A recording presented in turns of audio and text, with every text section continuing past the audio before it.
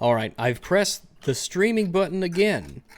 And I want you guys to understand, if you can see this, that what I'm dealing with right now, you will never fathom or understand until you decide that you're going to be a content creator on YouTube and try to do things. Because this is ridiculous. We're finally live. Are we live? Is this where live, it needs yes. to be? The link that I sent out. Here. Because I need to here now. I got to go to my own Twitter. I want to see. Yeah, I gotta check myself. Yeah, you're live now. We're live. It says waiting for Rags on the stream that I sent out on the link that I sent. The one that you sent out is wrong. Yeah, the one that you sent out doesn't work anymore. Okay. All right. So what I'm gonna do? I'm gonna delete that. All right. Yeah, delete that one and use this one. Okay. Copy link. Now we're gonna tweet the link. Yep. And so now that I've sent out my tweet, I'm going to click it, and I'm going to see if this is the one. Yeah, we are. We're up now. Game Journo. No, I'm not getting anything. I'm getting that 458 people are waiting. I think you're clicking on the old link. Says 387 people watching. Yeah, we're live right now. Yeah. I'm getting that Okay, Now we're live. Yeah, we were live before, but now I have confirmed to myself that we're actually live because YouTube is ridiculous. It's a real struggle, guys. This is the struggle. First off, the struggle is real. First off, so here's what happened because I will defend myself. So I haven't streamed in a long time. I've been away from YouTube. So what I did is I had to spend like an hour and a half getting to the point where I was a moment ago. Right? Because YouTube apparently changed a bunch of stuff on their back end in terms of how the streaming interface worked. So right now I have 3 different tabs open in Chrome just for the stream because I don't know which one is the real one. So I need to make sure that the stream chat that I'm looking at is linked to the actual one that's displaying. So I need to... So can somebody... Yes, Rags is bad at streaming. It's not my fault. Rags is bad at streaming. Rags is in another stream. I'll go to the old chat and tell everybody to come here. Yeah, okay. Yeah. Because right now, because I got the old chat up. Yep. Yeah, just paste it in there. If you're in this chat, go to the new one. Because YouTube is awful. And then I... paste the link there. Boom. Go to the new one. Yep. So now what I have to do is I need to go to my live dashboard and I have to pop out the chat, copy that, right? Now that the chat has been popped out. And I'm going to have to go to my OBS, right? Because it's showing that empty window there. And I have to basically, I have to add in a new chat. Add, let's see. I guess you add a browser window or browser source. Yep. Yeah, add browser source. No, that's not right. No, window. Yeah, you want window and then select your browser and then you can scroll down. Here, what if I just replace it with this new one? Why can't it? Why it won't let me find a new one? Edit your old one, whatever you had there. I'm trying to, and it's not letting me. It's got the old window, and I see it scrolling through, but it won't let me change the. It won't let me change it. It's viewing your window, right? It's viewing your windows like from your computer. So you just have to scroll down to your computer. Live dashboard. No. Is that it? No, that's the old one. Because I've got it. Oh, because what, your top chat? Are you talking about your top chat there? That's everyone's F and so on. I think so. I think you're in the right one in that case. Okay. Actually, no, it's correct. Yeah, you're in the right one. Yeah, okay. That's fine. So I was you're in the right one. problem. Yeah, okay. You don't have to do anything. Yeah. Hooray! You're good, man. So we're gonna do that. We're good. Yeah, we're live. Yeah. Awesome. Yeah, finally. It only took 20 minutes. Well, that is something that I'm going to blame on YouTube because Blame YouTube. fuck When in doubt, blame YouTube. So, hi everybody. Let me know if Hello. the and to think that I thought the biggest problem would be the volume check Yeah. shows what I know. So, what we're gonna do is I'm here with Ian Miles Chung and I'm here with Fringy, as many of you might know both of them. And what we are doing is we are gonna go over some articles about the whole Jessica Price stuff. It's gonna be grand. We're gonna have a magic time, nice laid back stream. And people are still saying that. Are you sure that the chat is right? Yes. I'm going to double check now. Double check, because the chat that I'm getting might not be like the real right proper chat. No, I'm pretty sure it's the correct one. Pretty sure. Yeah, it's definitely the right one because I've now Okay. just seen one comment that's identical on both. All right, It's just definitely right. making sure. I'm just making Oh sure. yeah, I don't blame you. Yeah. You know, let I me. know, I it can- says Rags did right. 9/11, and it's in both chats. You know, Oh so. well, you know the truth is out there. The truth is out there. We just had a little bit. Yeah. Okay. Excellent. Fantastic. So as you guys know, I don't know anything about technology, so you're just gonna have to grin and bear it. Okay, Well- Gramps. Yeah. Back in my days, we didn't have all these fancy streaming services. But what we're going to do is we're going to talk about how the game journalism websites like Kotaku and Polygon and such are rushing to the defense of everyone's favorite toxic feminist who was recently fired from ArenaNet, Jessica Price. I was thinking about going over some of these articles in the last video that I made, but I think that even for me, the video would get too long. Because I was experimenting with the new video layout style. So I decided, you know what, we're just going to have ourselves a nice laid back stream and we're going to talk about them here. So, without further ado, let's start off with Polygon. Because Polygon is a meme.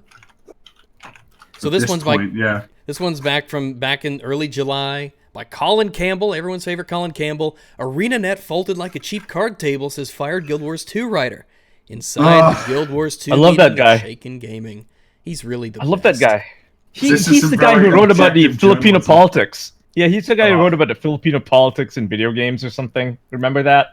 You see this? You see, like, I was even like, this is a big deal for me. I got the window to match the little box on the stream overlay. That's like a big deal We're for all me. very impressed. Yeah. This is very nice. amazing.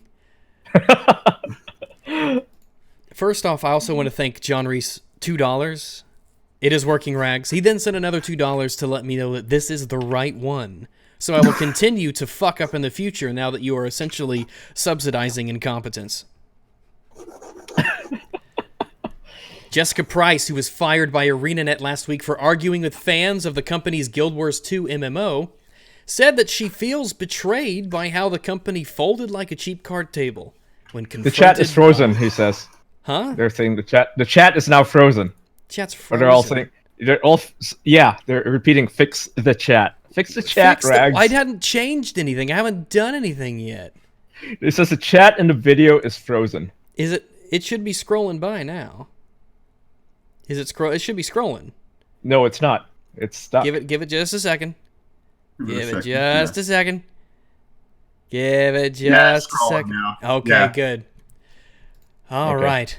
Just troubleshooting live. Lord knows Yeah, now it's What I working. did. We good now. to make it wrong, but I'm just gonna keep blaming YouTube. So there you go. So where was I? In an interview with Polygon, of course. In an interview with Polygon. I wonder if she ran to them or if it was the other way around. I wonder who went to who first. I bet it was Polygon went to her first. Oh, it's I bet they Polygon. went to her. Yeah. Yeah. Because I bet she was expecting the call, though. She had her hand on the phone waiting for that Polygon call. Hey, you want to do an article about how evil men are? Like, hell yeah, I want to do that. That's what my career is. They know each other. Oh, of That's the course thing. they do. Of course they do. You know, Absolutely Jessica they do. Price, we have interacted before in the past. I did not realize this until I did a name search on myself and on her, and we had tweeted multiple times to each other back in the day. What did you talk about? How terrible men are? How terrible the game industry is, stuff like that. Yeah, Well, that is you a know? very bizarre thing to say I as somebody who can't- I works can't- in the industry. Yeah, I can't imagine. Oh, yeah. I can't imagine somebody in gaming would talk about how terrible gaming is. I'm Yeah, baffled. but they do though. They do. That's the thing. They It's do a basically lot. like an ESPN commentator talking shit about football and football fans. Sports are so bad, fans, they need Yeah, to it's be like- locked up. Yeah, the fans of sports, terrible people, and people who play sports are even worse, and there's not enough women playing football. I think before we even get further into this article, it's prefaced that this person was seemingly either okay or happy that Total Biscuit died. So just go in knowing that for starters. Yeah, this is Oh, yeah. really This person. it's really a follow-up to the video that I did a few days ago. But Jessica Price is a terrible person. She had no problem. I think, what was she say when Total Biscuit died? She said, about the best thing I can say is that I'm glad he's not around to do more harm. That's correct. You quoted her verbatim. Oh, Which is Come a on. really nasty thing to Come say on. about somebody. Especially just after they die. You know, it's the same not day. like Total Biscuit was a terrorist or anything. You know? yeah, no, we're not No. talking Yeah. about like a despotic dictator here. We're Yeah. talking We're about not, a no, guy. we're not talking about Fidel Castro here. He's a game streamer and reviewer. He reviews video games, right? Yeah. And I don't think that I would really label a lot of the things that he did as malicious. You know, Nope. he seemed Nah, like a no way. generally Nah. good guy. He Where was a cool dude, man. I think- Inspiration. he was coming. I think most of the things that he said, pretty much all of his positions, were from a good place. You know, he might have been crazy, especially near the end about a few things, the trap stuff and whatnot. But I don't think that he was like doing it like in a dishonest manner. I think he was just- No. He and was I definitely respect the man immensely. So when I see somebody like Likewise. Jessica Price just taking a shit on him and being so cruel about the guy, it's just it looks terrible on the company. First off, I mean, the reality is that she would have been on thin ice at this point. Yeah, like if the she- fact that she didn't get fired for that is itself kind of impressive, because most people would get fired if they did something like that. Oh, yeah. But she Yeah. was definitely on thin ice. To my understanding, those tweets about Total Biscuit flew under the radar. Yeah, They it did only not had, even know about it. No one it only had, went like, to them and 70 said, "Hey, likes or something. It wasn't. yeah," it was just among their small group of people who were liking it, right? It wasn't like people went to the ArenaNet forums to complain about it. Nobody complained about it at Just all. didn't know. They I didn't think know. If they knew. Yeah. You know. But who knows? It's very possible that the people who work there did know. Maybe they thought that deleting the tweet would raise some eyebrows. They didn't want to bring attention to it. But I can absolutely, totally believe that if they knew, which they very well might have, but if they knew, especially given her track record of saying things on the internet, that she was on thin ice, which is very possible. She was fired before from Paizo. Yeah. The guys who make Pathfinder. They fired her for very similar things. Yeah, she was causing PR issues. Oh, well, yeah. Especially when you start picking a fight with your own audience. You know, like the people who support your game. Not just their own audience, but a partner. An ArenaNet partner was just, he could potentially be working for the company someday, but he is a cheerleader for their game. He's one of the longest running Guild Wars 2 YouTubers, supporting the game since its inception, knows more about the game than she does, and here she is acting like he has because an she's a NPC professional. named after him in the game. Yeah. Wow. Yeah, so he's a ArenaNet partner. He's a big name in the community. I think that if you were I've worked in a hotel before, and the hotel has a membership program, and if you're a platinum member, right, they would always say, hey, such and such is a platinum member, and that carries a lot of weight to it. If you're a loyal customer, if you're a loyal guest, and you put a lot of money into traveling, and you come to the hotel all the time, that's a big deal, and you are expected to treat a platinum level guest like they are something special. So when you have Jessica Price essentially treating this guy who is in essence a platinum member of the community like that, I mean, oof. But I've seen comparisons to those Japanese developers, the ones who yell at people for fun. Like the dude who makes they're comparing him to why am I forgetting his name? The Tekken guy. with I think it's a Bayonetta. Tekken. Yeah. Yeah. There's him, and then there's the other guy, right? I think he makes Tekken. I might be mistaken, but I think it's a Tekken dude. And And the guy likes yelling at people. He's like, "Well, if you want your own game, go make it." He'll reply to to people like that. And these are just randos, right? And there was this one tweet that went viral. I had like 15,000 likes or something, where they were saying, "Oh, but Jessica Price was fired for this, but because he's a man, nobody cares." Well, it's because it's a rando, and the guy is just saying something dumb, and he's responding, because that's kind of his character. And beyond that, it would be different if he lashed out at a beloved member of the community. Like if he said this to, say, Daigo Uehara, the dude who plays these Tekken games, makes them famous because of how good a player he is. If he said it to Daigo, then yeah, there would be an outrage, I believe it. I believe it. And it's just a matter of not all responses are equal. Sometimes you can respond to, shitty, crappy things, and sometimes you can just go unhinged off of stuff that is completely innocuous. But let's go through this article here and scroll through. Don't worry, chat. I am watching as it scrolls by, so do not you worry. Let's see. In an interview with Polygon, she talked about the meeting in which she was fired and castigated ArenaNet managers for their highly unprofessional reaction to a social media controversy. And if there's anyone that I trust to know what highly unprofessional behavior is, then it would be Jessica Price. Until last week, Price worked as a narrative designer on Guild Wars 2.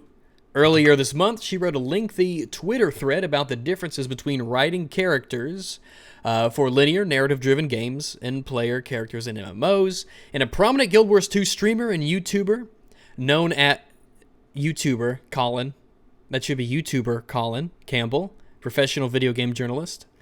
Please check your own articles for spelling errors.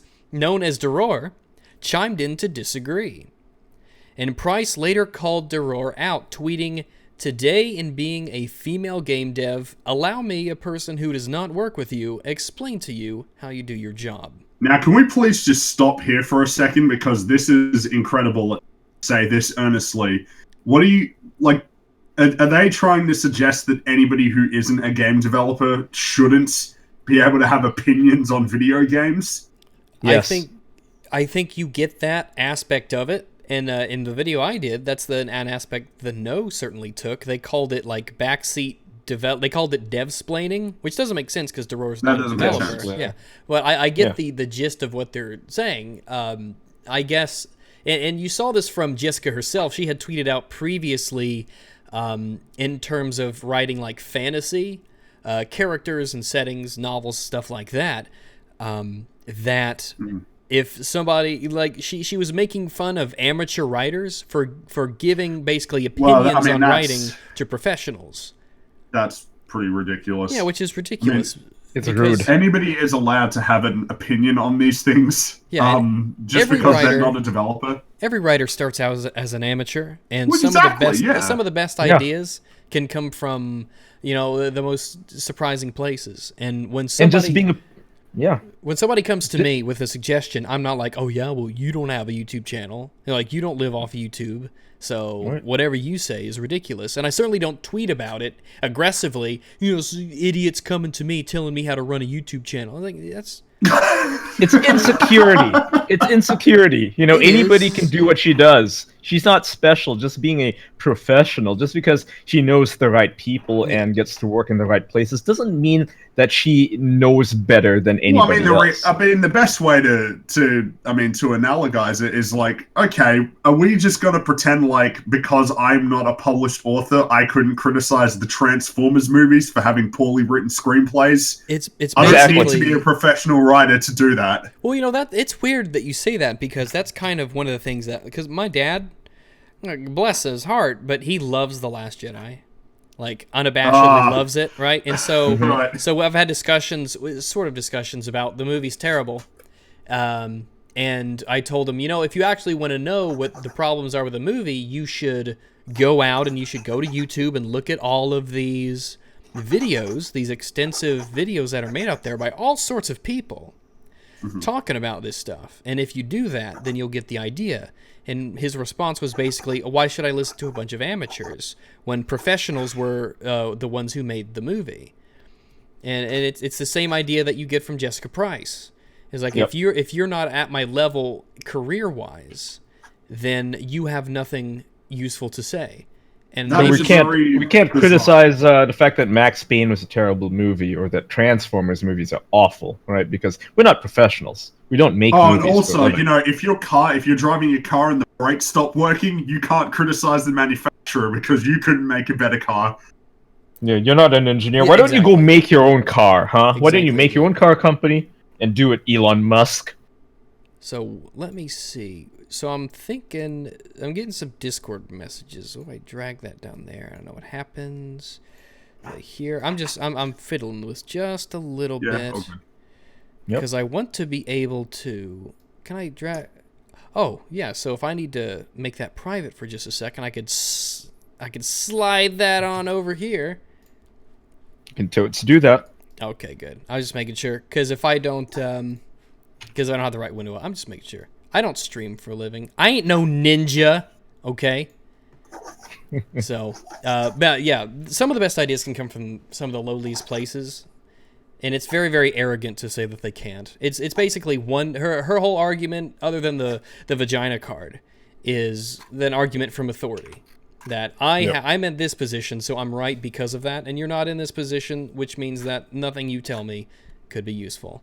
And it's arrogant, and it speaks to her character, right? That's a character thing that you do. It doesn't have anything to do with your experience, It's or your gender insecurity. or anything. It is in a way. I think so. Pure insecurity, and she could have, even if we were to give her the benefit of the doubt, and say that, okay, maybe she's got a point here. She could have phrased it better instead of just She didn't aggressively need to be yelling so at people. harsh. Yeah, she attacked him. She attacked other people. He wasn't the only one, but he's the only one that gets into these articles. She yelled at other people too, other members of the community. She yelled at the community in general. I mean, here she doesn't have the clout that the Tekken guy has. She doesn't have the clout that the Bayonetta guy has. She's a nobody. Essentially, she's a nobody, and she's acting like she made these games, like she's a one-man army or one-woman army. No, Yeah, you you can't do sexist. this.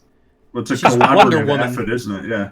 It's No, a I collaborative just effort, I just clicked on the link to the original Dura tweet because they're like, oh, he chimed in to disagree. It's like, I read it and it's so inoffensive and polite. He's on the verge of cucking to her. That's the thing. Like, On he's the verge, so polite. He's so nice that he's so legitimately nice to her. It almost comes across as passive aggressive because he's so earnestly nice to her.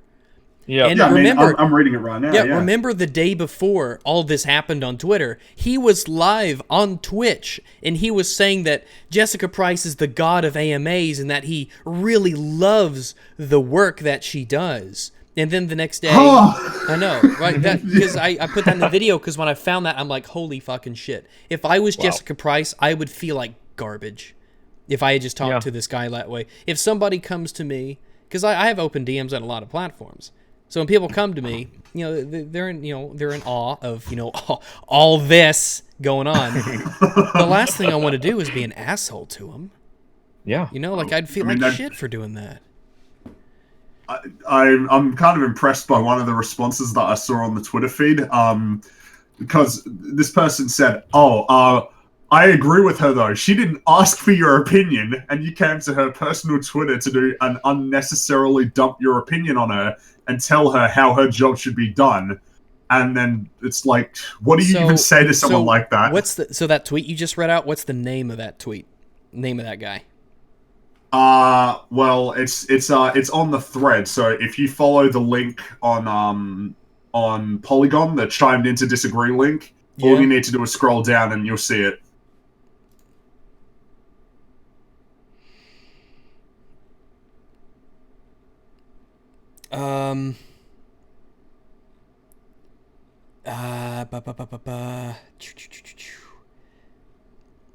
It's true that mansplaining is a real thing. No.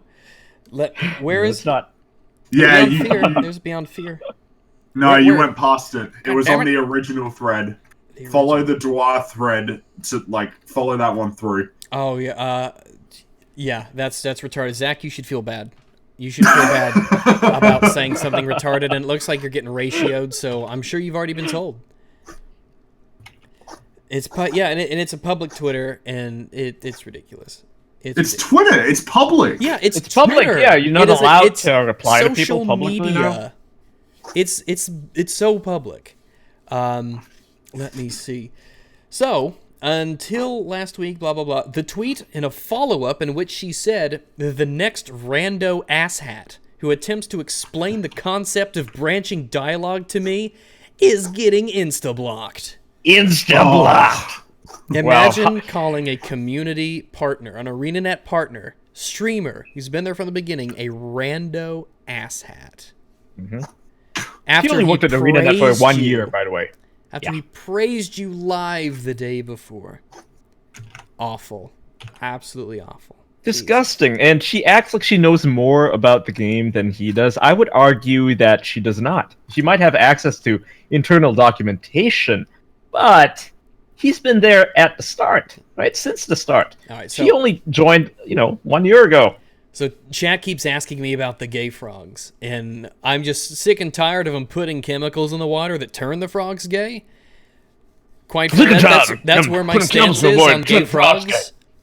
I don't know. Here's the thing: I don't mind if the frogs are gay, but I want that to be their natural proclivity. I don't want someone to force gayness upon the frogs. All right.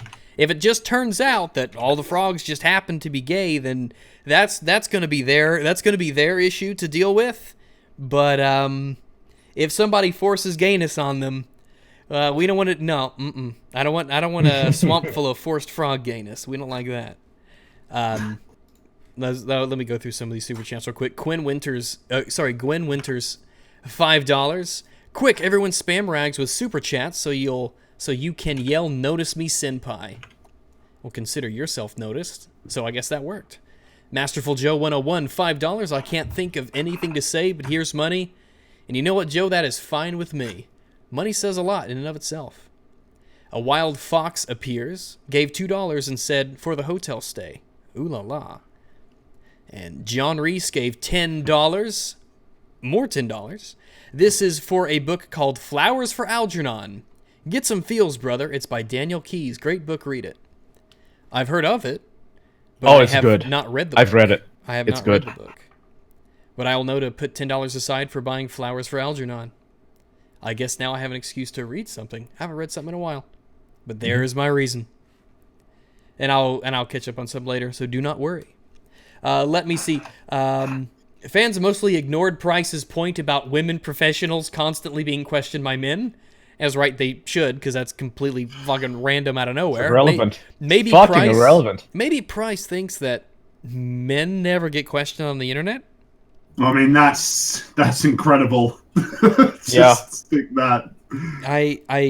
Maybe that's maybe she just doesn't have that men's lived experience going for her. She just can't see it from our perspective.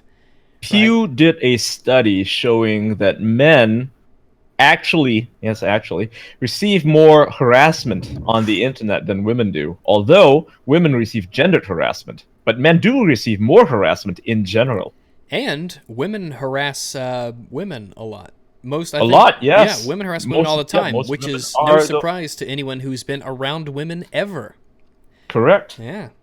One of my first jobs I ever did was refereeing soccer games, like for kids. And a lot of them would be, girl on girl teams. Vicious, cutthroat, absolutely mean girls, man. Mean girls. Look, men, when men go out to a soccer field, right, to play a game, they're out to see which one of them is the most dominant, which one's better, right, to compete against each other. When women go out to play sports, they're out there to destroy one another. Oh yeah. Little girls videos are vicious. Women in soccer, in professional soccer, right? FIFA level soccer, World Cup stuff. And the men will, they'll fall over, they'll play, like they're injured and so on. The women will be bloody. They'll be covered in blood. Women don't have time for that shit.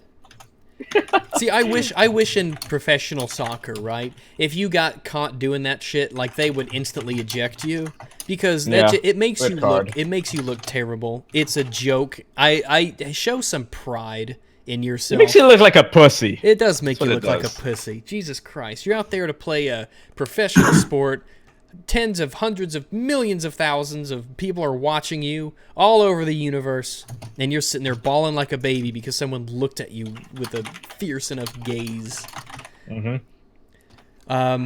They wanted to express their anger about a member of the community being rebuked, as well they should, because games communities, especially with MMOs, years after it comes out, that's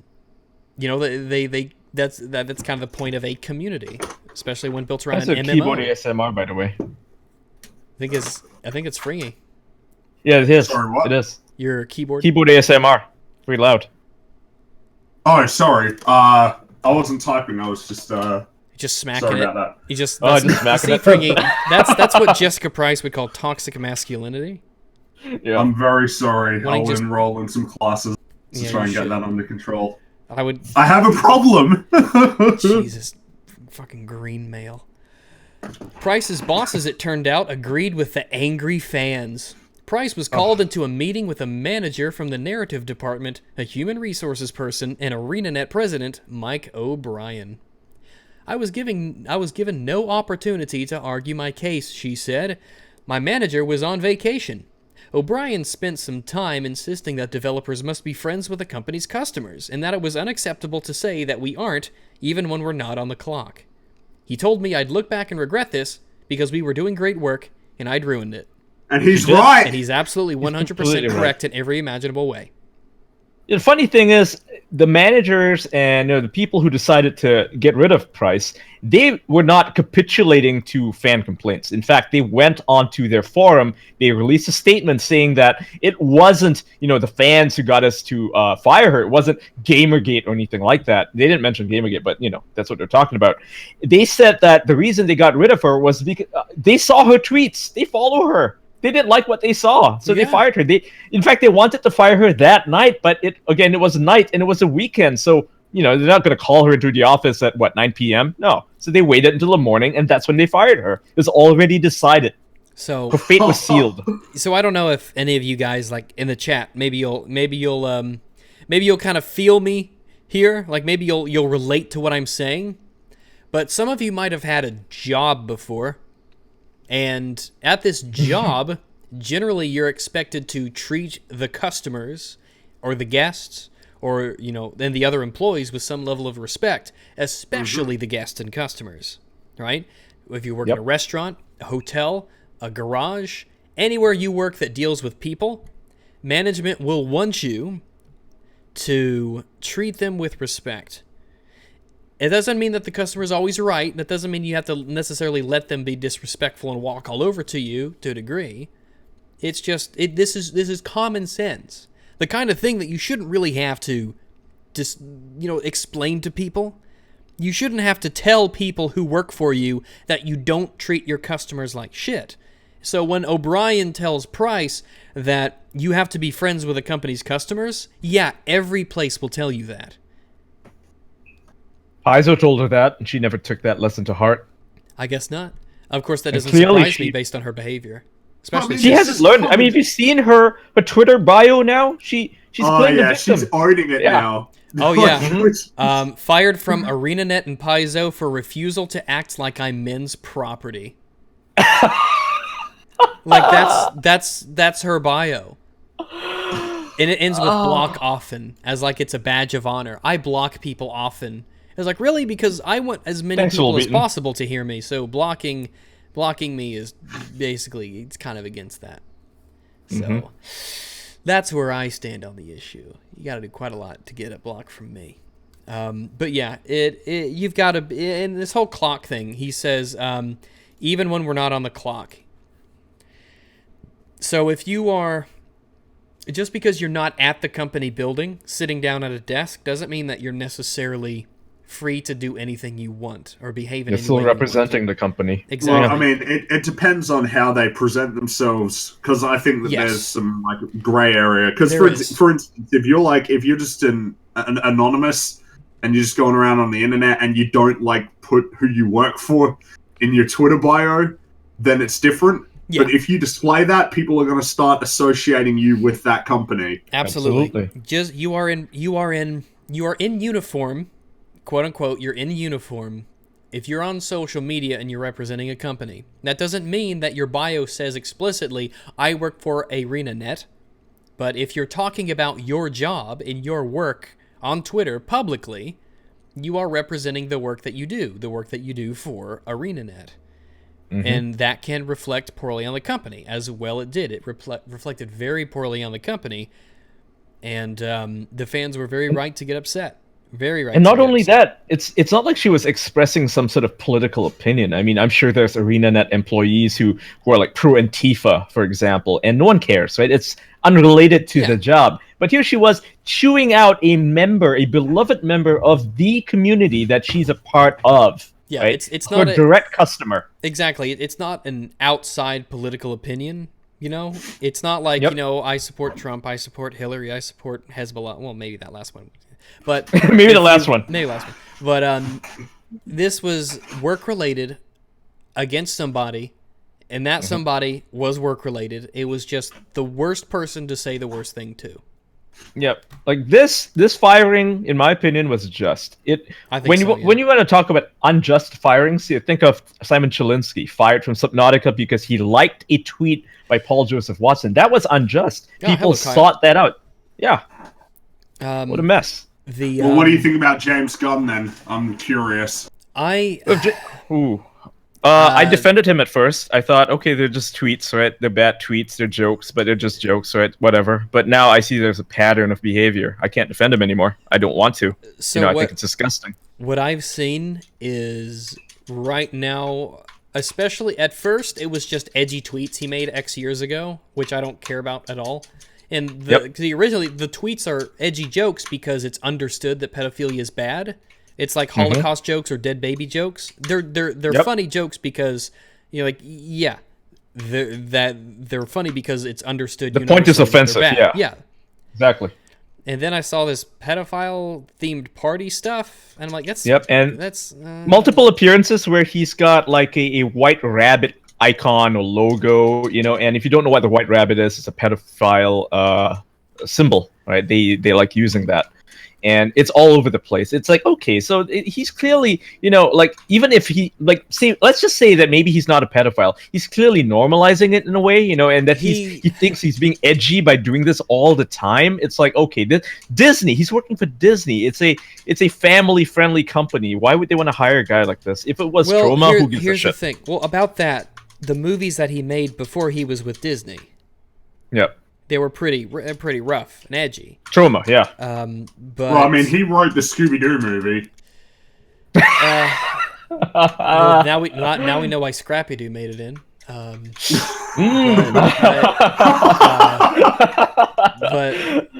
I'm not ready to jump. I'm not ready to say he's a pedophile yet.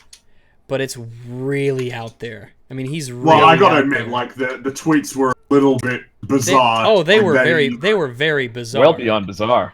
But I don't know. I just don't know. But I'm not ready to. I don't know. I just don't know. Thanks for the ASMR, by the way, Fringy. What? Sorry. You're tipping. You got a little tapping going. Yeah, a little. Oh, I'm playing a game. Sorry.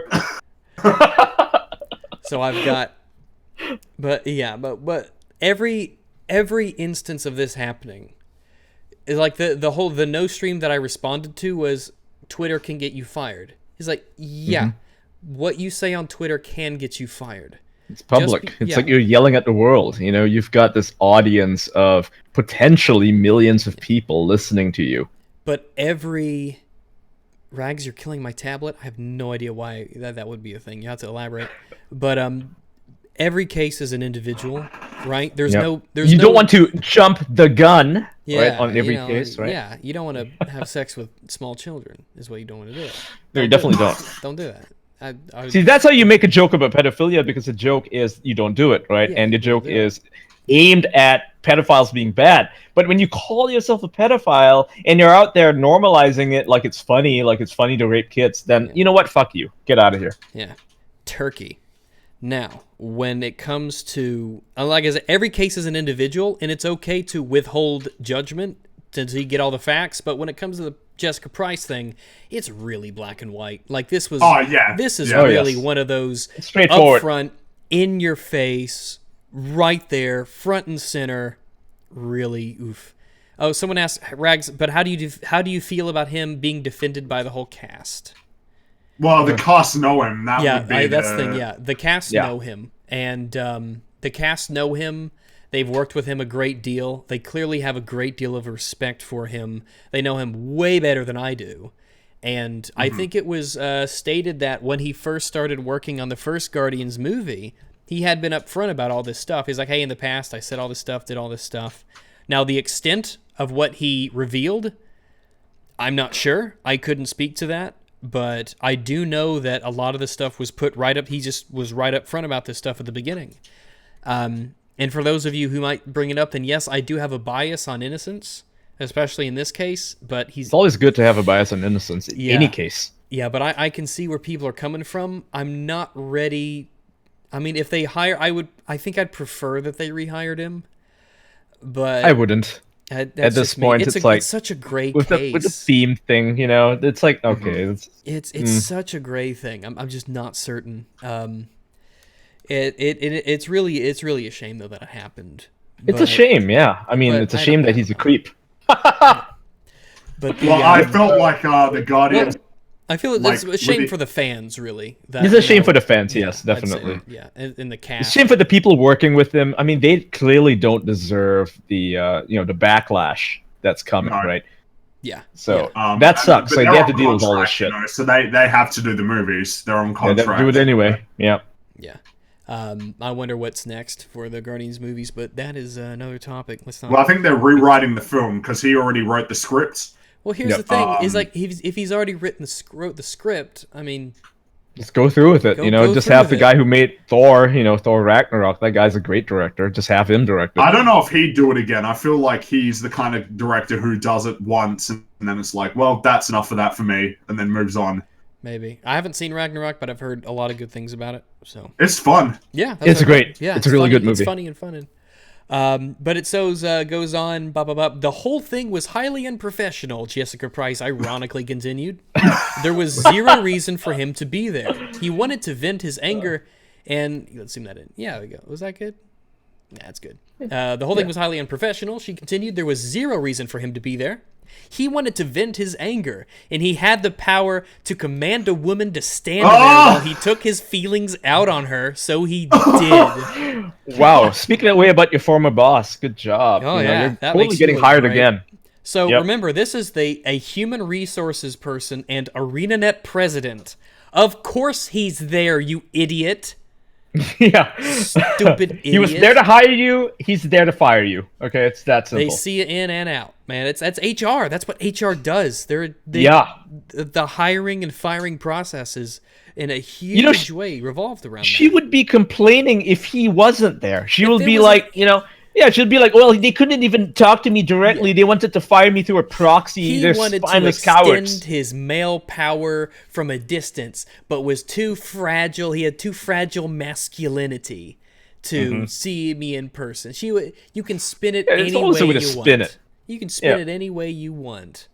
It's ridiculous. Of course, the HR person and the president of ArenaNet is going to be there, you idiot. Stupid fucking idiot. You stupid idiot. Stupid idiot. Dummy. Dumbhead.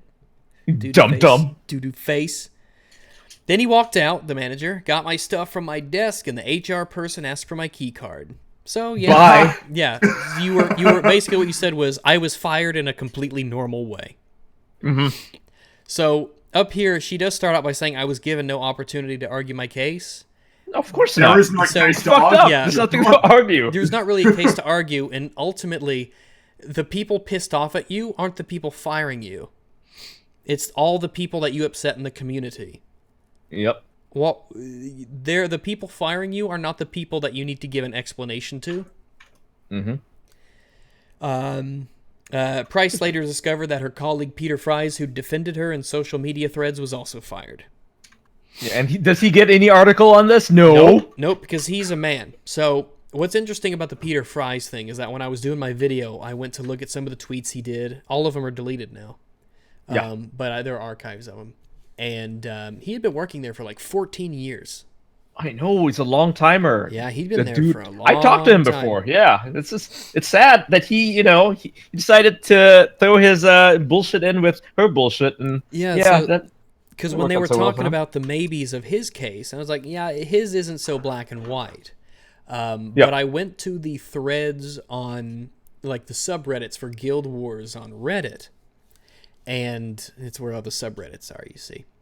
And so I was going through all the comments of people talking about it. Everyone was totally on board. Like, it's really interesting how everybody was just, yep, Jessica Price is gone. They have no problem with that. They want to see her gone. Like, Yep. this was a very unified thing coming from the community. But the games journalists were the only Oh yeah, people. of course. Game journalists Yeah. will never side with the fans or the gamers. They'll Hell no, protect their the own. fans They'll are circle the alt-right. wagons around They're their own. alt-right Nazis. Yeah. Peter Fry's case was a little bit different. It was a bit more subtle. The thing was, as I was watching these subreddit discussions, is like people were saying things like, well, if he wasn't fired and she was, then they might have been afraid of a lawsuit. That she would have fired a lawsuit that he wasn't fired, but she was. Ah, And That makes sense. It does make a level of sense, I think. Is Too it bad worth for the him. risk? Yeah, it is too bad for him. But ultimately, this is what happens when you work for a company for 14 years and you open your mouth to defend some toxic feminist who's only been there a year. Yep. You know, this is what happens when you tip your fedora the wrong way. Sometimes it falls off. I mean, like, you had this long career at ArenaNet, and you decided what you would do was you would side with the person being you would decide with a toxic woman. So that's what happens. Toxic employee, he joined in. So he got sent away. I mean, he was saying some stuff along the lines of, you know, she didn't ask for your opinion, blah blah blah. You have no right to Yeah. blah blah blah. Is that, yeah? So basically, the same thing she said, just on a much smaller Doubling level. down. Yeah, Yeah, but making it worse, Making it amplifying the community's anger even worse. because when two people from because now it's no longer a lone wolf, right? Lone Yep, bitch. it's a company. It's two people from the company. So you're like, oh, is this the official company position? Exactly, and so people were pissed. I mean, the latest updates were not very good. First of all, people were upset about the quality of the writing, and here are two narrative designers railing against the community for offering suggestions. gotta What say, does that though, look like? As somebody who actually wants to be a writer, I'm amazed that they be so flippant in like risking, you know, their job by insulting their fans. I would kill to be able to write for like an MMO. That sounds like an awesome job. It's a dream job for many people. It does. For, It sounds for the great. people in for the people in the community, people like Deroir, I mean, they like obviously he would not have, you know, posted his tweets if he didn't have an idea of how to fix the game. He's obviously passionate about the game, you know? Yeah. Like that's, You that's gotta important. be. Give him You the don't job. sti- Give you him don't her stick job. With a game Do it. for you don't stick around with a game for years and years if you don't like it, or if something is something really deep down, you know, doesn't appeal to you. And well, I think this is one thing Jessica Price, I guess, doesn't understand for whatever crazy reason. But the people who play your game, you could make a game and know everything there is to know about that game because you made it and you put your blood, sweat, and tears into it. But your perspective on that game will always be from that of the creator. And it won't be coming at it from the perspective of somebody who's playing the game as just a game. It's And not their most, project. you know, they have no most emotional developers know stake in this. it. Yeah, most Like developers most know devs this. know this. Like you see them talk about early access and like, you know, it's great to get the feedback of the gamer. They don't go around saying, "Oh, well, I made it, so I know everything there is to know about it. Their opinion's worthless." Yeah, That's pretty much. stupid. And whenever, like, when the last video, I did the new thing with the dog at the desk and everything. It was like, I thought it was a pretty good idea, but I was asking people what they thought about it because, you know, I was the one who, you know, put the heads around and I made the transparent background and I did all the editing. So I had a connection to it that other people, That's you know, right. the audience didn't have. So I needed to get their feedback. You know, it's I not think it's just enough for important. me. Yeah, it is important. Yeah, as a creator, it's important to seek outside feedback. Yeah. I mean, if it wasn't, then writers wouldn't have beta readers. If it wasn't in the case of video games, they wouldn't have betas. Like if it wasn't for films, they wouldn't have screen testings. Exactly. Like it's Exactly. every entertainment medium in the world gauges the opinions of the people who consume it, Especially to figure out whether they're on the right track. And making games is trial error in a lot of ways. Where like I want this character to take I want this NPC to do this thing, and maybe it took you a dozen frustrating attempts to make that NPC do the thing it should have done. So now, whenever you look at that NPC, right, you're going to remember all the frustration and all the work it took to get that NPC to do something, but somebody who's just playing the game is like, oh, there's an NPC walking around the balcony, or making a path back and forth. It's like a completely different outlook on it. Yeah. It is an iterative process. Yes. It's the same at writing. You're not going to write, like, your draft is not what you submit to your editor. I can say that firsthand, dude. The videos that you do when you edit them, you're going through multiple iterations just to make sure it looks right. It might not even be perfect. It probably won't be perfect. Nothing is. But it's going to be better than that first draft. Mm-hmm.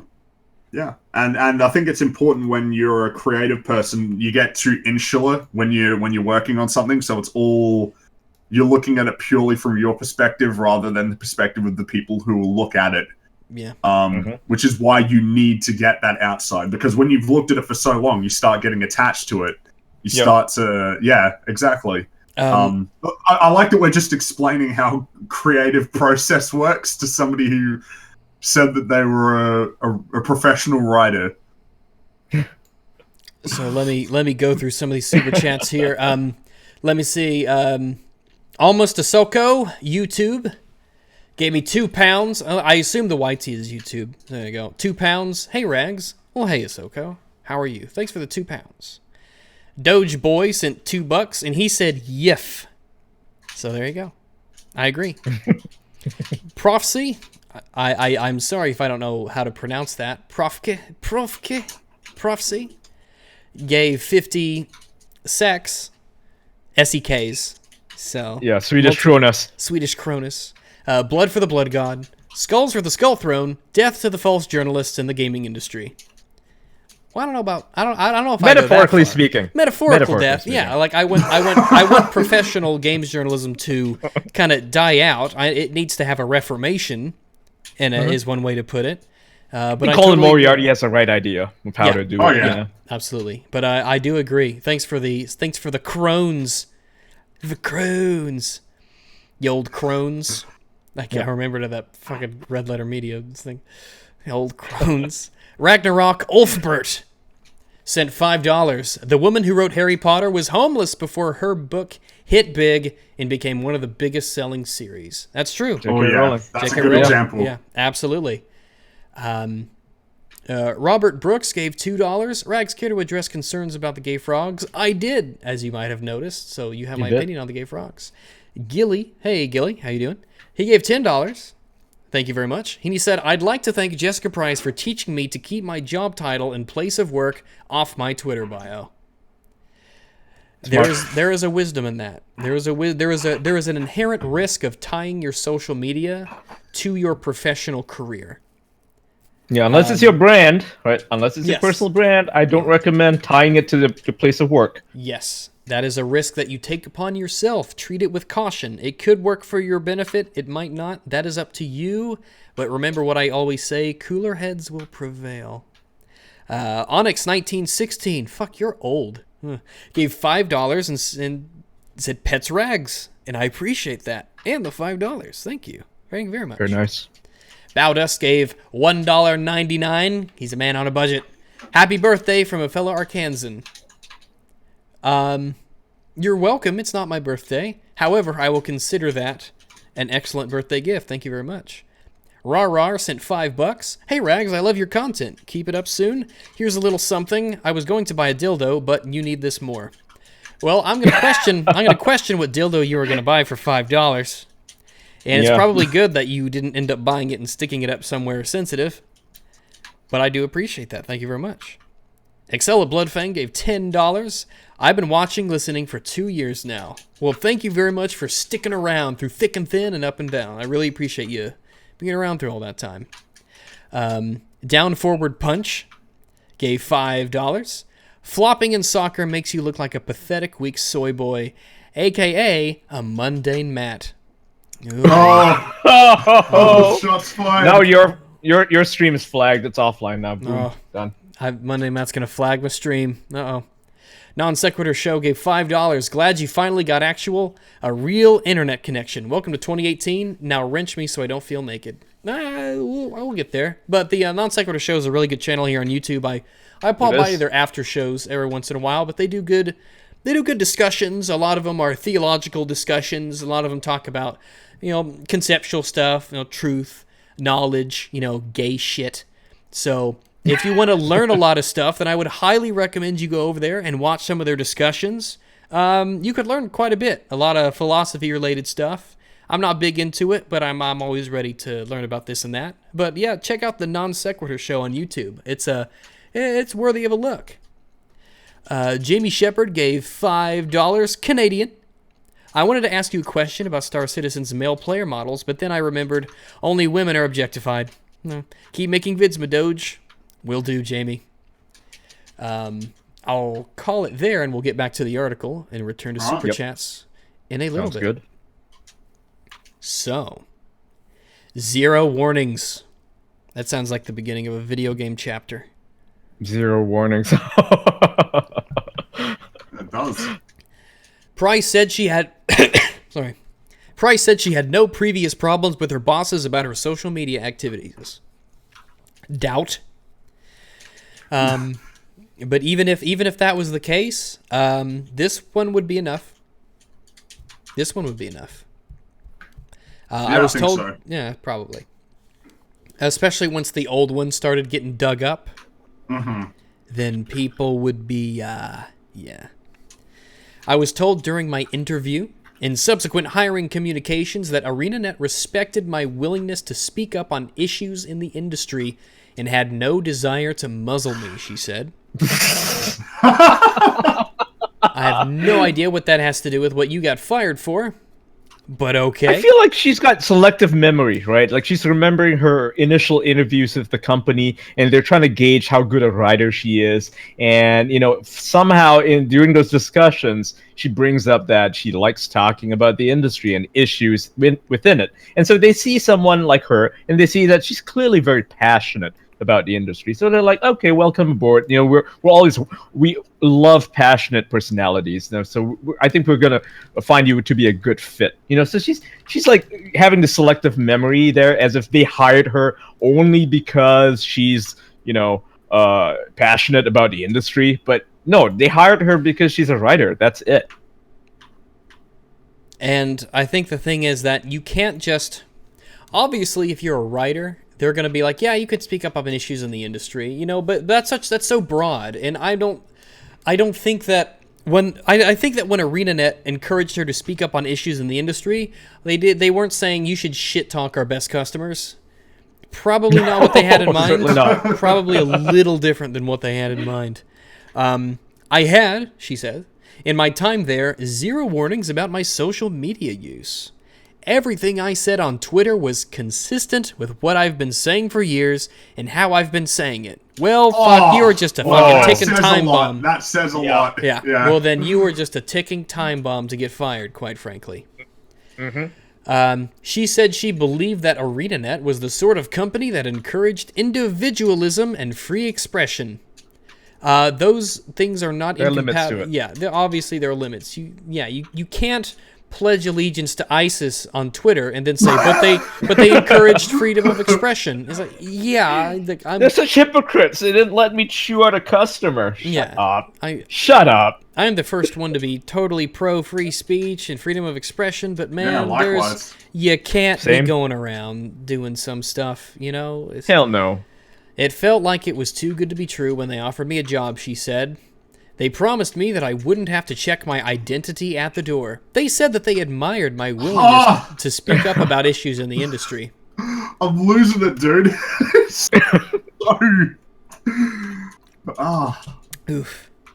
She's always about the identity politics. Oh, yeah. It never stops. That's it. If you go to her profile on Twitter, if you look at her stuff, if you go to all of her other tweets that she's made before this and since, she is an identity politics machine. She is the parody toxic feminist that you hear about.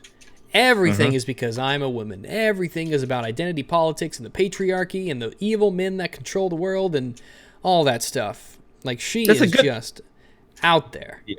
That's a good chat here from Daniel Milward. He said, Jessica is the kind of girl who's into bondage, but complains about being tied up.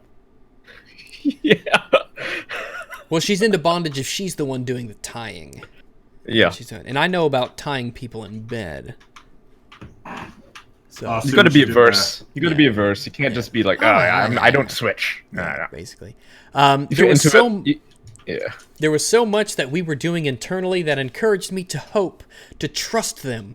There were executives talking about diversity and building a non-toxic work environment and acknowledging that talk wasn't enough. What does she think her tweets were? I mean, if she's like this online, imagine what she's like offline. You know, a long time ago, it used to be the other way around, right? Like, people would be like, oh yeah, you're a nice guy online, that means you're an asshole in person. If you're an asshole online, you're probably a nice guy in person. That's not true anymore. Now, people are, they are who they present themselves to be. And she's clearly not a nice person. She's very toxic. Yeah, imagine how she was around the workplace. That was what the subreddit, I think is like 2 different subreddits that I had browsed that had been brought up. Is like, if this is how she behaves on Twitter to people, then fuck, what must it have been like to work with her? I imagine, like, you accidentally... and then a complete calamity ensues. You cut out for a second, Fringy. Try that one more time. Oh, I was just saying, like, could you imagine if you're at work or something and you accidentally in front of her to get to the... I think Fringy is having some microphone issues. Yeah, yes. Yep, try it again. It cut out. Try it a third time. Third time's the charm. Alright, third time's the charm. I was just saying, I can imagine what it would be like if you're at work and you cut in front of her to get to the coffee machine. That's the patriarchy. Men get first dibs on coffee. Don't bring up the Titanic, but the coffee's important. But don't offer her coffee either, because she's a strong, independent woman. She doesn't need your help to get her caffeine, you piece of shit. Anyway, no matter what you do, you toxic masculine piss baby. So Price said that included encouragement from ArenaNet management to be outspoken and fearless. Well, generally, when people tell you to be outspoken and fearless, there's an asterisk on that says don't go over the top. You know, like there are reasonable limits to being outspoken and fearless, She said, there were meetings in which executives promised us that they wanted us to speak up about the ugly things, the harmful things, and that we wouldn't be punished for doing so, she said. Yeah, in the meetings, not online. Yeah, I wonder, what is she... I think that she somehow... Because she's got the feminist social justice goggles on 24/7. So when Duror came to her with his very, very respectful criticism, because he admired her, but when he came to her, she saw that as some kind of an attack on her femaleness. Like, that was mansplaining. Yep. That was a gendered issue. And she said, oh, well, ArenaNet said it's okay if I speak up about gender issues. This must be one of those, and this is one of those times. So fuck you, rando asshat. Everyone looks like a nail when your mindset is in form of a hammer. Pretty much. But that's the only... You can't be looking at the world through, these singular goggles, right? These feminist goggles that have the lenses on them through which everything looks like it's a gender issue, because it will make you a worse person, and it will limit your ability to understand the complexity of every interaction that you will ever be a part of. She said there was constant talk about how to make it the sort of place that you dream of working at. Not just because of the cool games we were making, not just because of the benefits and perks, but because you got to yell at men. Yes. But because it was going to be a corrective to the exploitation and toxicity of so much of the industry. What does she think she's doing? She's being toxic. Yeah, I wonder what she saw herself. Fuck. I'm sure she saw herself as a good feminist warrior, fighting the good fight. A social justice warrior, perhaps? One might call them that. I'm sure, I mean, I'm sure she thought she was the hero in this story, and her heroism is about how much can I play the victim, oddly enough. She's Miss Marvel. That's what she is. Someone's asking, did I see the Doom Eternal rags? It's got tongue-in-cheek jabs at SJWs. Yeah, we talked Yes. about We're that. gonna talk. Yeah. We're gonna talk about it afterwards. Yeah. Yeah, we did a little bit of chatting about that, and I'm gonna let Sargon knows about it too. So I might get him to make a video on it, which is great because I'll probably make a little short video on dog bites, link in the description, the second channel. But because I've actually got a video I'm gonna post after this tonight onto that channel. But man, that I love it. But we'll talk about that later. Doom Eternal looks good, but oof, it's just icing on the cake. It's great. It's a surprise straight out of left field. Beautiful. Devin Host said this is his first stream, so I'm glad you were able to catch a stream. I'm very glad. Let me see. She said, I tried to scroll on OBS. That's not how it works. And so it's devastating that a company taking all that talk folded like a cheap card table the first time their values were actually tested. Doing the right thing is hard, sure, but doing it regularly makes it easier to keep doing it. And the corollary to that is that capitulating makes it harder to stop capitulating. Which is good that they didn't capitulate to her. Yeah, they stood up for their fans and their consumer base. Yeah. And they've always been pro-fan. ArenaNet that I've known them since 2004, right? Oh, yeah. Guild Wars. And They've always been pro-fan. if you always. put yourself in a position where your company has to choose between you and basically the entirety of their consumer base, you have not put yourself into a good position. Oh yeah. You have chosen bad choices were made somewhere along the line. You have made some bad choices. Yep. Of bots and sock puppets, of course.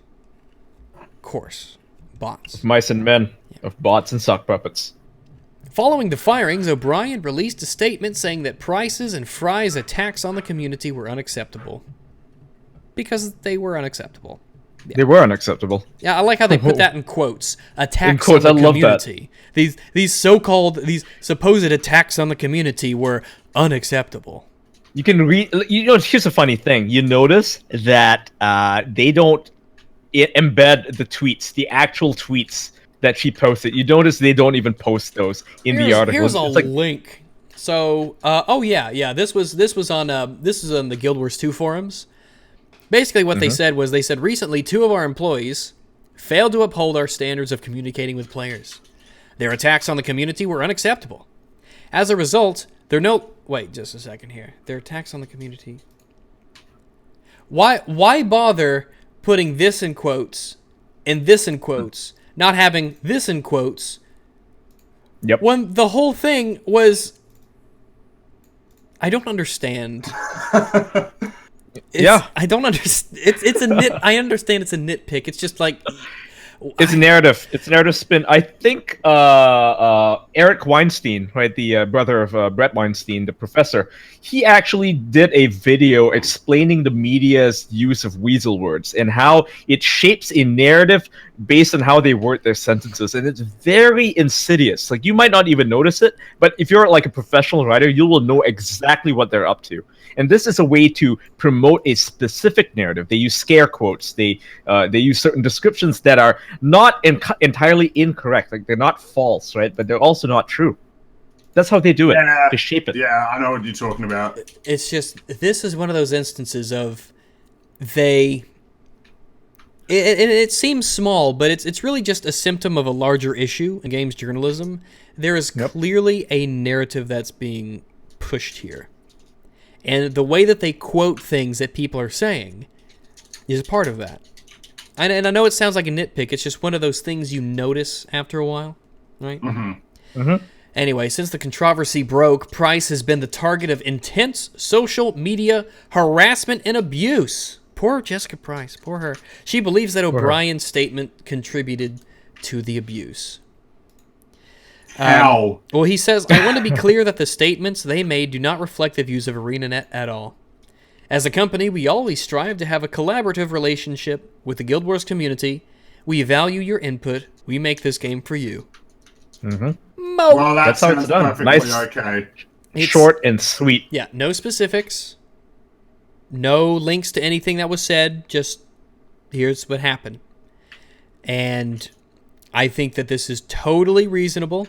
I think that this is completely, this is a good, innocuous way to announce, you have to make a public statement somehow. So doing it, it's short, it's sweet, boom, there it is. Speaking of public statements, it's funny how Polygon never issues public statements about the men in their employ who have been outed as sexual predators. Nope. Oh, man, do you think Anthony Birch is a sexual predator? I know he's a sexual predator. I know. For a fact. Man, I've been watching some of this stuff that we can talk about the riot stuff if you want to do that another time. Yeah, we can talk about that. I'm not aware of that at all. I'm down. I'll link it to you and we'll do that another time. It's something else. The Quartering did a video on it that was pretty good. It's a lot. That's like a full stream. Yeah. It's a full stream. Yeah. Right. But Anthony Birch very well might be a sex pervert, and Riot is full of sexists. And if a woman says it, it must be true. So. Oh yeah. It's the new rules, guys. It's the new rules. Hashtag me too. Ninja's getting some of that. He knows what's up. Yep. We'll get into that in a bit. So here's the thing. You shouldn't harass or abuse people. No, but when you say the things that you say to people online, it is going to be a natural consequence of being on social media that you will receive harassment and abuse in return for your harassment and abuse. When you fling shit at people, they're going to fling shit back at you. Yes. It's pretty classic. And when you fling shit at a group of people, that makes it worse. You're not just throwing shade at a guy. You're throwing shade at that guy, all the people that support that guy, everybody in the community that guy's a part of. You done fucked up. And it caught up with you. I'm interested what the news will be. Well, whenever she gets rehired by somebody, she's going to be in the news. Oh, yeah. So once that happens, I'm curious to see the spins from Polygon and Kotaku about how she's being justly brought back into the fold of video game development, and she was unjustly fired, and Gamergate, sexism, Donald Trump. So, they go on. Let's be clear. This is Price saying this. Let's be clear. In 2018, it's absurd to pretend ignorance of what would happen to a woman fired for speaking about sexism because he feels she got too uppity, Price said. He painted a target on everyone's back. He didn't just fail Peter and me, or even the employees for which he was responsible. He failed the entire industry. Do you see what they're doing here? Do you see what she's doing here? She is turning her baby issue into a large one. It's a systemic issue now. She is now a crusade. She's telling people, fight for me. Fight in my name. Fight in the name of Jessica Price, because I was wrong and all women in the game industry were wrong as a result of it. Here's what stands out to me. My analytical mind is this right here, this last one. So, what she's doing is that, and this is symptomatic, representative, you might even say, of games journalism itself, even though she's not speaking as a games journalist. So, in the end, she says he failed the entire industry.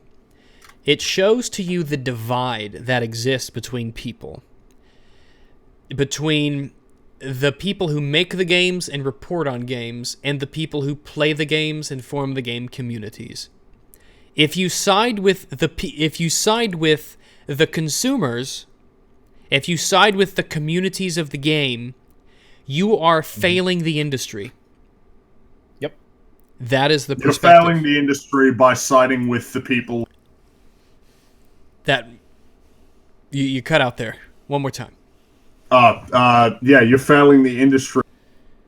People, the community continue to exist. One more time. We'll piece it together. We'll piece the bits together. I'm just saying, like, you're failing the industry by siding with the people who ensure that it will continue to exist. Basically. It's this disconnect. It's an us and them kind of thing. And it just... when I worked man. I've worked at a hotel, and I dealt with people all the time. And the last thing that they want to do is that us and them thing. You know, like in the hotel business, they're not customers. They're guests. That's the thing. It's one of the first things they tell you. And that sticks with me to this day. In fact, I'll often call customers guests. It's just knee-jerk. But you build like, we're in this together, you know? We're there to do stuff for you. You're a guest in our house. We're here to serve you. We're here to make your stay pleasant and wonderful. There's never the last thing they want is to build up this wall between the people who keep us afloat and the ones who are performing the service. And it's really, and you see this all the time. This article is an example of that. Like these 5 words here, that's what this article on Polygon is. The next article we're going to look at real quick, it's the same thing. The people who play our games, they're not like us. They're not a part of us. We're the ones who make the games and report on the games. We're not like those peasants down there. We're special. We're the gatekeepers. But that's of all this, that's what stands up the most. And obviously, if she would have gone on Twitter and said sexism is bad, I'm a woman and I think sexism is bad, nobody would have batted an eye. You can't drag sexism into everything. Because when you do that, you're making sexism bigger. You're not getting rid of it, you're adding to it. Adding fuel to the fire, making it worse, making people pissed off at you and saying, maybe those sexists got a point. We should repeal the 18th, or is it the 19th? Whichever one gives the women the right to vote. Mm-hmm. Now, I'm never going to say that because that's a stupid thing to say. I think people who knee-jerk to that extent are overcorrecting, right? They're overcorrecting. And they're just as bad as anyone who says, all men are sexist, right? That's stupid. It's 2 ugly sides of the same stupid, ugly coin, right? So we don't go there. Yeah, but people like her, they're on that ugly side, man. Thanks for the kind words, Matthew. I'll keep up what I'm doing. Let me do a super chat break here really quick. Justin Nelson gave $10, and he said, I decided to write you a poem. Today I met a dog who I thought had a blog. It was Rags, on about hags. I found out you were gay, so now I'll say hey. I've given you a bucky. Now how about the sucky? Truly the Shakespeare of our time. Thank you very much for the $10 and for the prose. It was fantastic. Ven Goat, $10. Money for the birthday doggo. Hope. That's the second person who's mentioned a birthday. I think that's a meme. What's the title of this stream? Game Journo's Feminist Defense. I think he didn't refresh the page, so he's still looking at the old one with the birthday. That might be the case. Yeah, YouTube pulled some shenanigans with a streaming service. I'll have to do some tests later on to ensure it doesn't happen again, but it isn't actually my birthday. However, I really do appreciate the $10, and I am doing very well. Thank you very much. But I'll just... that's my birthday money. That's fine. I'll take birthday money any time of the year. Don't get me wrong. Short Afro Man 4 gave $5. As an aspiring writer who overanalyzes and focuses on depth of character and context, price makes me want to Chipotle enema. Very poetic. That's very poetic and overpriced. Yeah, I think you got a career for you. Yeah, Serious. boy, it's working out pretty good. But remember, the guacamole's extra. John Vila gave $10. Will you plan on talking about the ninja married no-girl streamers controversy later in the stream? We just might. I'm going to do a video on it on Dog Bites either way. But yeah, that's one of the things. We'll wrap this Polygon article up pretty quick and then jump to it. Gunblade, and thanks for the $10, Joan. Thank you very much. Gunblade Knight gave $2. He said, the Japanese say, customer is God. Mm-hmm.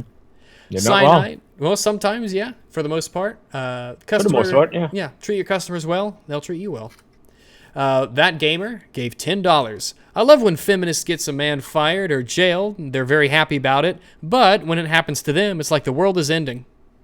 Oh, yeah. And he also says, like notice how every single one of these articles is all about the world's ending because a woman got fired. Yeah, and it's not just that a woman get fired; it's that she was an SJW. She was a feminist. Oh yeah. If this woman was a Trump supporting conservative, openly Christian, anti-immigration, free speech advocate, they would have cheered at her firing. They would have been so glad that this divisive, hateful person was was being expelled from the industry, and that it will make game development a more inclusive and diversified place that is safe for all people. Not 1 week had passed, right, when all these game journalists went after GOG.com for tweeting out a meme. The postal thing. Yeah. It was a meme. The guy who tweeted it out, he had no idea it was a meme relating to Gamergate. Otherwise, he would not have done that. But even if he did, who cares, right? But no, all of them, they wanted him fired. They were like, we need answers. Exactly. Why did he tweet it out? What's we need answers. We need answers. The witch hunt is ready at a moment's notice. Those Twitter mobs, they will mobilize in a second. They're ready. They don't have a life. They'll fucking do it. Yeah, they don't have anything better to do. It's the same with Sarah Jeong, because she's an SJW. They all defended her, and then a few days pass, and another New York Times writer is very critical of her, expresses criticism of Sarah Jeong, and they are all these people who said that you shouldn't go after people's tweets. They're all after her for the tweets where she's critical of Sarah Jeong. Let he is without the bad tweet cast the first stone. But that gamer finishes it up by saying, "Happy birthday, sexy," and you're welcome. I'm having a very happy birthday, and you're right, I am sexy. Galaxy brain levels of intellect here. Thank you, that gamer, very much for the $10 renos. Connor Grice gave $1.99, and he said something. I accidentally hit the scroll bar, so now I have to find my place again. He said, "Stream with Sargon soon." Yeah, absolutely. I can message him. We can do a stream. You bet. And he says, "Also love you, Rags." Well, thanks. I think of us more as friends, but what are you gonna do? Thank you, though. You're gonna have to. It's gonna take more than $2 to get my love. The Rookie Critic gave $10, so thank you very much for me. That's generous. I lean to the left, though you were an asshole at first with the I Hate Everything vid. Well, he had it coming. But after watching a bunch of your vids, you make great points. Been a fan for a while, learned a lot from you, and am more open-minded now. Well, thank you. I'm really glad that I've been able to have that impact on you. I really like getting comments like that. People are more open-minded because of me. That's really excellent. Nice. Thank you very much for that, Rookie. But thank you. That's good. That's stuff I really like to hear. Tacoon513 gave $4.99. He said, "Hey, Rags, been a while since I caught your streams. Good to have your videos back." Well, it's good to be back. It's good to be back. Especially if I get $5 every time someone tells me it's good that I'm back. I'll be back every day. J. Marledesma. You have to. Yeah, I'm doing my best here. But he gave $2 Australian, and he said, "Listening while working, love your sexy voice, Rags." Well, you've got to whistle. Well, no, fuck that shit. I'm very glad that you're able to work. And yeah, a lot of people listen to me. They don't watch me, which is fair enough. That's how I am with a lot of YouTube videos. I listen, yeah. I don't watch. I'm playing a game, and I'm listening to it in the background, or I got my monitor over here, my YouTube monitor on the right. I'm playing my games, right? I'm overwatching or whatever, and I got my videos. I'm listening to Ian talk about forgotten weapons or all sorts of stuff. Coolest Kyle, a bold claim. First off, gave $7 Canadian and said, "Yeet, you're good," and I agree. I am. Thank you very much, my Canadian friend. Yeet. The JC Jones ACP gave $5. Here you go, Rags. Happy to have you back. Keep making great content. Well, it's good to be back, and I will keep making great content. Brendan Stubbs gave 200 Weeboo monies, and he said, "Taking my Weeboo money." You bet. Money's money. I'll take it. Thank you very much for that. That's yen, isn't it? Yeah, it's yen. 200 yen. I like it. Thanks very much. Brendan Stubbs. Cirrus Kishire? Some of you guys got some crazy names. Why can't you just be simple like me? 4 letters, that's all you need. Rags. Cirrus Kishire gave $10. People like her seem to want the verified checkmark on Twitter as a badge of honor. Only thing is that they are nobody, so they have to be part of bigger companies to earn the checkmark. And I think you're right. I have to checkmark. It's overrated. There are a lot of people who they're verified and they've Very small Twitter accounts, but they're verified because they work with somebody or they are part of a company. But, you know... But they know somebody. Yeah, but a lot of popular... Like, I ain't getting verified. Hell no. No. I ain't getting Chris Ray verified. Gunn isn't verified. Chris Ray Gunn's not going to be verified. Is Bunty verified? No, he's not. There I we don't go. think even Keemstar's verified, is he? He's not. He doesn't he have the might right be. opinions. Who knows? Who knows? Oh, he The is. He is. Keemstar is verified, yeah. But many of his people aren't. Dolan Dark isn't verified. Oh. The Yellow Ampharos gave $2. Your mom have the big gay. Well, luckily for her, one time she didn't. Prince Thunderflare gave $5. It's funny that SJWs use Twitter activity to get people fired and complain when held to the same standard. Yes, it is funny. Maybe they shouldn't do it, because it is coming back to bite them in the ass. I'm going to pause that there, and we'll get back to the article and roll right along. Thanks, everybody, so far. Good stuff. Let's keep going this on here. I keep trying to click on the OBS thing when that won't do anything. That won't do anything, no. So Jessica Price goes on to say that O'Brien caved to a handful of people and an army of bots and sock puppets. Citation needed. Citation fucking needed. All those Russian bots are coming out of the Goddamn woodwork. Russian bots. All those Yeah. robots trying to get women fired. Even the non-humans hate us. Jeez. Now he's got almost every female developer I know, as well as some men, furious with him. Yeah, but he has a community for his game that loves him, so I think he'll be all right. Pretty sure most developers are not pissed off at him. That's such a No narrative. way. I No way.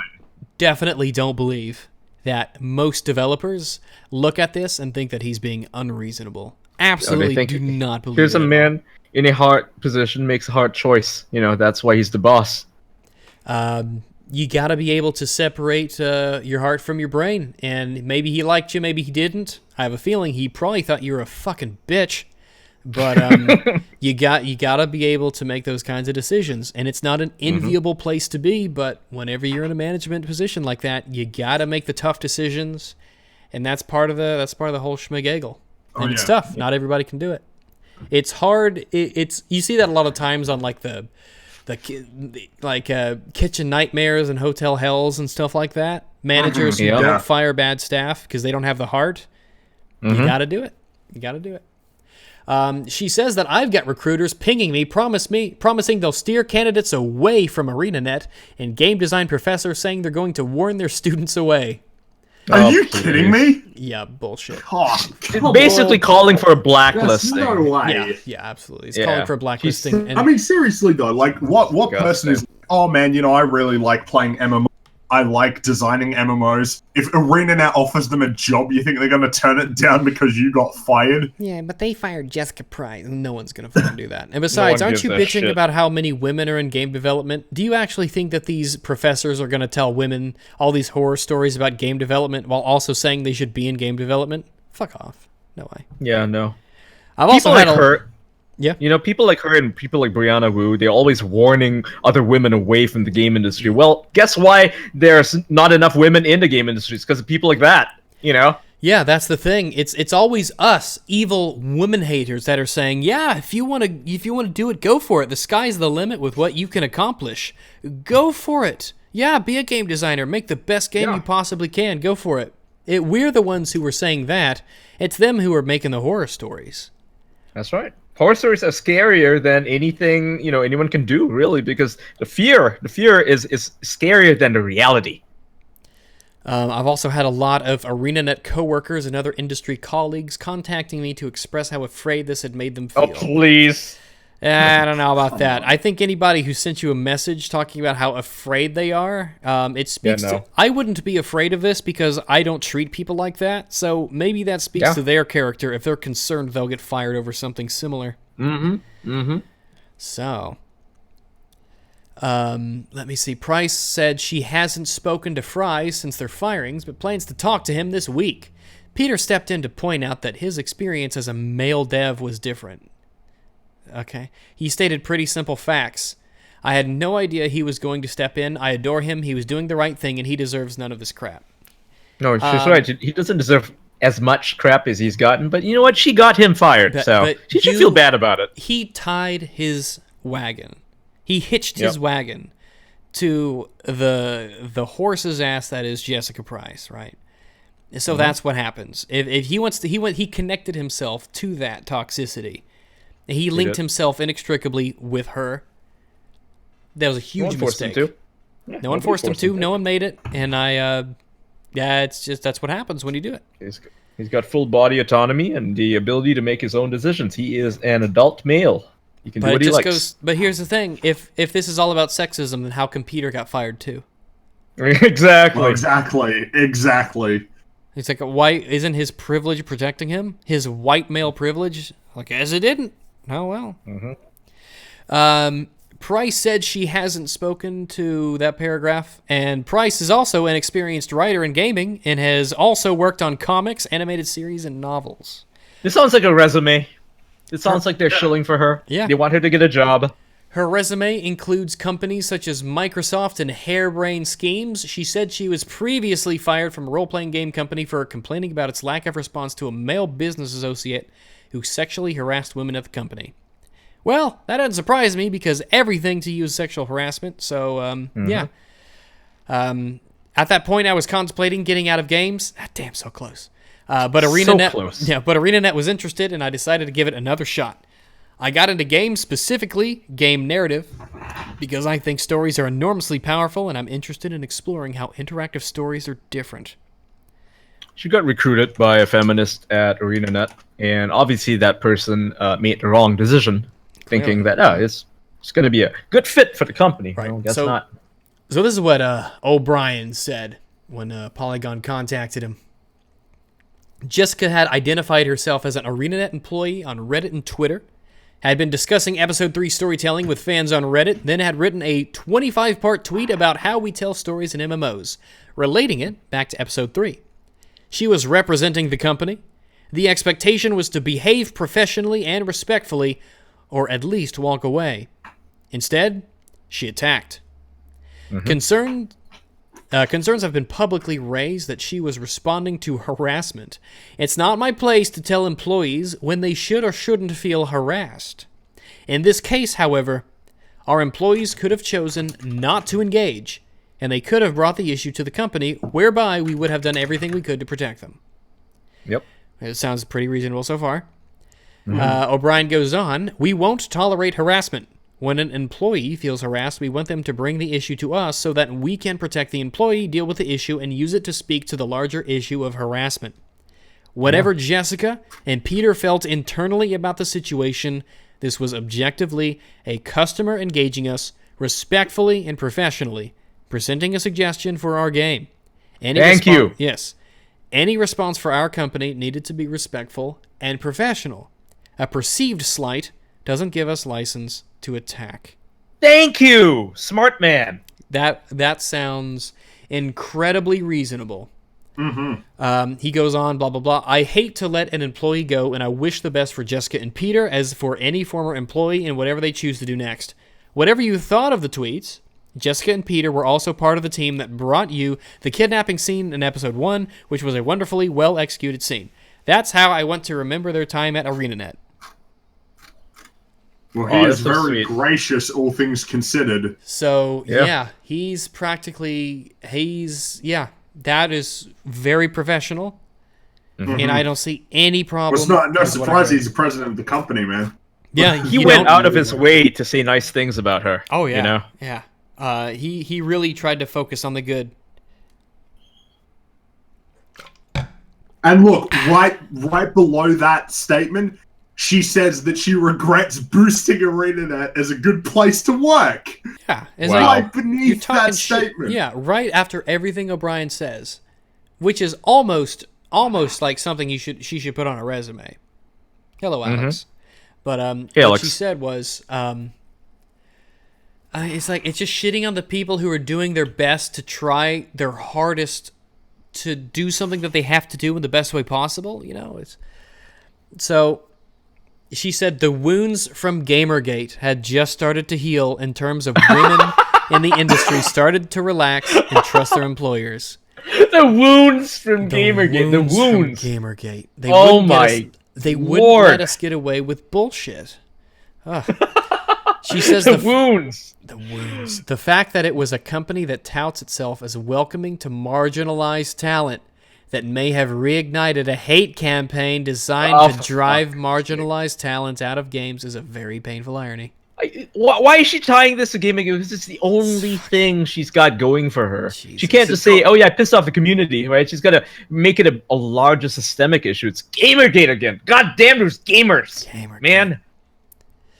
Jesus, it's ridiculous, and it's anything but me. It was everything except for me. It's Gamergate. It's masculinity. It's the patriarchy. It's blah, blah, blah. I got a question. Do you think that at any point in the future she'll look back at this and go, actually, you know what?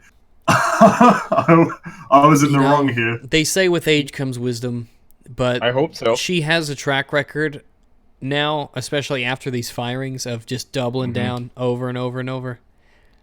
Yeah, and she's still doubling down. I mean, it's getting worse and worse and worse. You know, her tweets not getting any better, you know? In the wake of her momentum. In the wake of her firing, leading developers have come out in support of Price and Fries. On Twitter, leading developers? Who are they? Who's the leading developers? Let's see. I know they cite another Polygon Night Woods article. developer, right? Yeah. Polygon. Scott Benson. Citing Polygon cites Polygon. Good this old one's by inlinks. Owen Good. It's sad to see a fellow writer pay the price for being human, said Chet Familia, formerly of Valve. Companies need to learn these interactions cost you nothing, lose you no customers. A week later, no one remembers. But you don't support your employees? Ugh. This dude is like, he is out of touch, right? I've spoken to him a few times. He's out of touch. I know he means well with all this, but he's caught up in the narrative. He didn't see the tweets for himself. You know, most people won't look at the tweets. They just they'll go by what the other game journos tell them. They'll tell them what the interviewer told them. Yeah. Night in the Woods dev Scott Benson was harsher, calling ArenaNet cowardly pieces of shit who sell out their workers at the drop of a hat. Nice one. Yeah, no one believes you. That's the thing. So there's only two of them. There's just two people supporting her. No one else has spoken out in defense of her. And how is it that they're saying leading devs? When you think of leading devs, you're thinking Notch. You're thinking Kojima, maybe, you know? Neil Druckmann, you know, those Neil Druckmann. Neil Druckmann. Where is his statement on this? I don't see it. People don't believe your shit. That's the thing. People who play the games, they don't believe your shit. Well, the thing is, like, I read this article, and I'm reading what follows, where they're like, oh, some fans have celebrated their departure. Some, I'm pretty sure, more than half. Go to these Reddits. Everybody is happy. Like, the whole community is glad she's gone.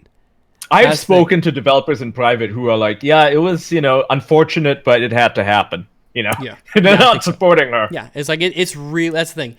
If you're supporting it, like if you come to Jessica Price's defense after everything she's done, it shows that you clearly see this from a certain perspective. You know, the wrong one, namely. The wrong one, the wrong perspective. Durar denies that his comments to Price were gendered. They weren't. Because they weren't. I hate how they word that. Like, he denies that his comments to her were gendered. Like, he's now on the defense, right? They're forcing him to be on the defense. Of course he is. Come on. I deny that I said had murdered any someone gender in yesterday, it. Of course. He tweeted, in a world where discussion should be encouraged and not belittled, yet the opposite becomes a reality. I've apparently found myself in the midst of a war I never intended to partake in. He added the hashtag, I am a feminist. What a fucking cuck. I told you at the beginning of the stream he was borderline cucking for him. There it is. Full on cuck, man. There it is. Yeah, I mean that was a mistake because whether or not he does that, I'm a feminist. Like, they're still gonna come at him. Whether or not he's being truthful or whatever, like that's not gonna help him out. No. These people are still gonna go after him, so it's pointless to do that. Yeah. It's like, never appease the mob. The brain mob. I'm speaking purely pragmatically. I'm not. Yeah. I agree. It's just not worth it. No, it's not. You just get. Oh, that's okay. One day you'll learn. Price said she had no regrets about her response to Duror, although she said she might have moderated her language a little. Given that the term Little. asshat was apparently a sticking point for ArenaNet, I'd maybe use fucking condescending hell. Fuck off. jerk instead. But he was not being any of these He things. was being Wha- none of them. Oh. He was being none of them. Yeah. He was being nice. He was being a cuck, if anything. He was being he's so polite, it was almost cringy. Men pop up in my mentions to tell me how to do my job all the time. They pop up Hey, to Milkite. explain my female colleagues' own jokes to them. It's all about gender. Oh, it's about gender. It's identity politics, left and right. Living, breathing politics. God damn it! Like, just turn it off for a second. Watch a movie and turn it off while you're watching a movie. For God's sakes. Yeah, when I was doing that video and Ashley was saying, "Well, I can only see things from a woman perspective, and maybe from your male perspective things are different." I'm like, Ashley, fuck off with that shit. Listen, don't think about gender. Just don't consider gender, because if you always consider gender as a thing, right? If you always consider that everything is from the perspective of someone's gender, then it will taint everything that you see. It will distort everything that you look at that through that lens with. This It's like just that- reminded me of something. What? When I was in the UK in London, I watched the Book of Mormon, and there's a musical called "Turn It Off," where they're basically like turning off all of the things that like aren't right about themselves. Yeah. I mean, Conditioning. obviously, the joke in that is like one of them's gay, and he's turning off his gay thoughts because he's a Mormon. All I can think here is that these guys need to listen to that song, but progressive. just instead of gay, it should be this feminist lens thing. Turn off Just your turn it identity off. politics lens. Like Just a light switch. everybody You is an remember- individual. Not every man is a representative of their gender, and not every woman's a representative of their gender. They're just a person, just No one an is. individual. Literally, no one is a representative of their gender Yes, or they- their they lack race the or their capacity, sexuality. yes. Yeah, exactly. They lack the capacity to be a representative of anything but themselves. That's why we are all individuals, right? How racist and sexist of us. For sure. Oh yeah. It reminds me of that dumb comic, the one from years ago, that this guy got like super woke and he was like, feminism is like the Matrix, and then he puts on a pair of glasses and everything is just suddenly sexist, right? You remember that comic? Made rounds back in the day. That's how they see things. It's like being red pilled, right? It's like being red pilled where you see everything is like fucked up. But Yeah. I mean, red pilling is fine, but in the colloquial sense. But that's how they see things. They get woke, right? They wake up. They red pill So themselves. for them, it's like they live. They put on the glasses. And Now Yes. now I'm truly alive. I see the world for what it really is. Yes. Let me turn this fan on. It's getting hot in here. Ugh. Turn my Is it- fan on, is but you it can't hot hear in anything here? because Or is it Nice. just me? Oh, who knows? So- you can never tell. You never tell. I think we're about at the end here, so we'll wrap this up. Yeah, looks like it. Mhm. I Yeah, think. this topic's almost done. Yeah. Male game devs deal with it too. Yeah.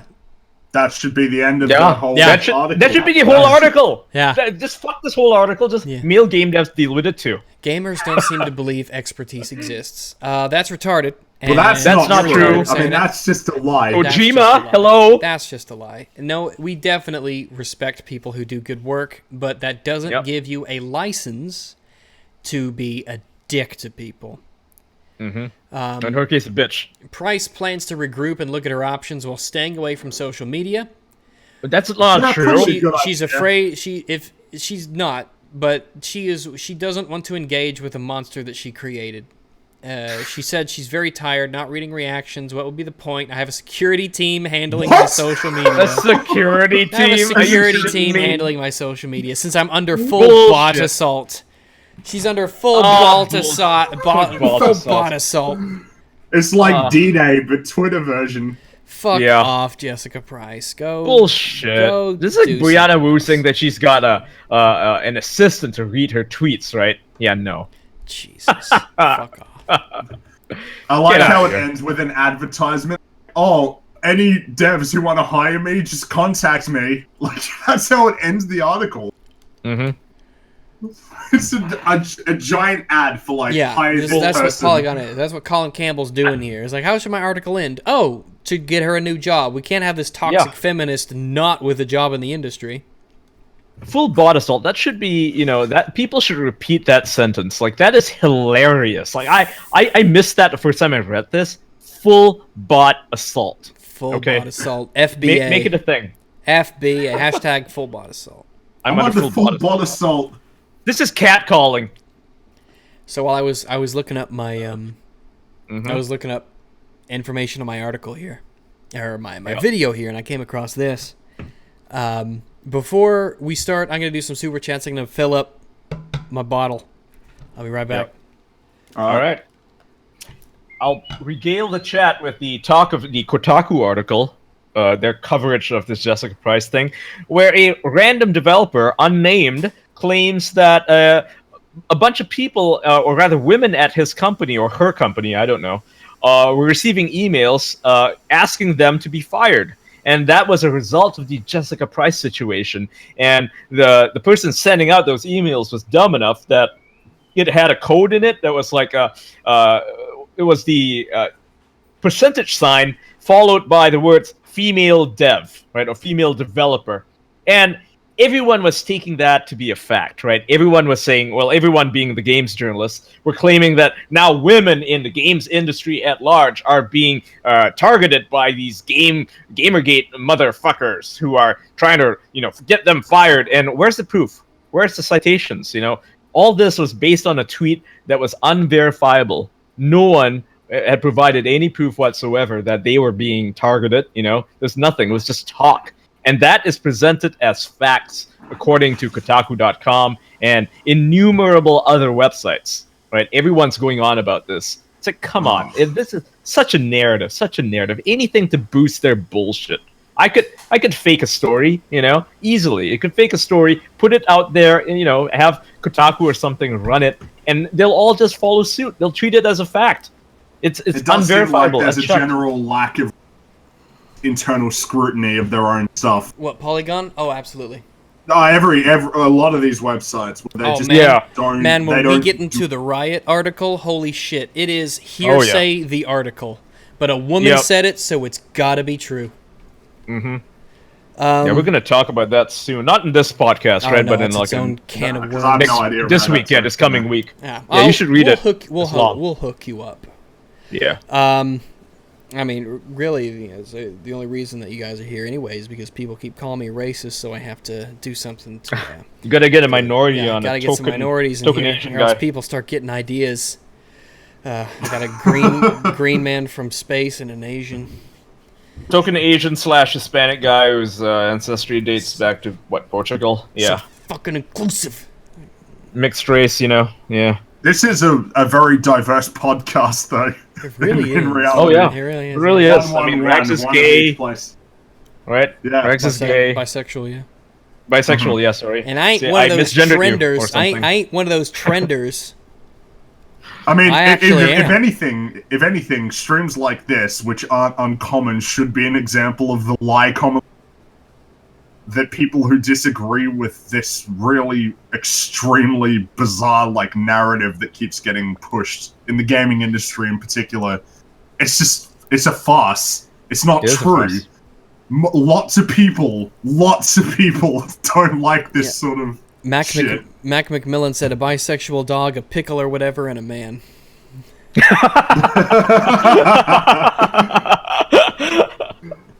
That's great. It really does piss them off, though. It's like, shit. It's like they're supposed to be more racist, but they're not being racist. People won't believe our bullshit lies about them if they keep doing this kind of thing. Yeah, so all they'll have to do now is, instead of saying you're racist, they'll say you're far right, right? That's... BuzzFeed has an article written about me calling me far right. I'm like, I'm not far right, okay? You're to the right of Karl Marx, which means you're far right. Far right, yeah. I'm right of Mao. It makes me far right. Mao is actually... Luke's asking if I'm actually bi, and I'm like, yeah, I am. You got a problem with that, Luke? I have savored the company of both genders, for there are only two. Savored? Oh, God. That's so descriptive. So... let me pound through these super chats. Let me get these super chats. We'll do this other one really quick, and we'll talk about Monday Matt. Yeah, Ninja maybe. Yeah. And we're talking about Doom Eternal. We got to talk about that. I think so. Lane Voss, or maybe that's Ian Voss, not sure. €5. Why are we still on this, though? I find predatory monetization and the lack of quality in AAA games far more dangerous to gaming than SJWs. He's like, I think you're right, but this is something that, it's interesting to talk about, and it's a follow-up to a video that I did before, and it really highlights the way that the industry and people will rush to defend the indefensible. It's a really good example of it.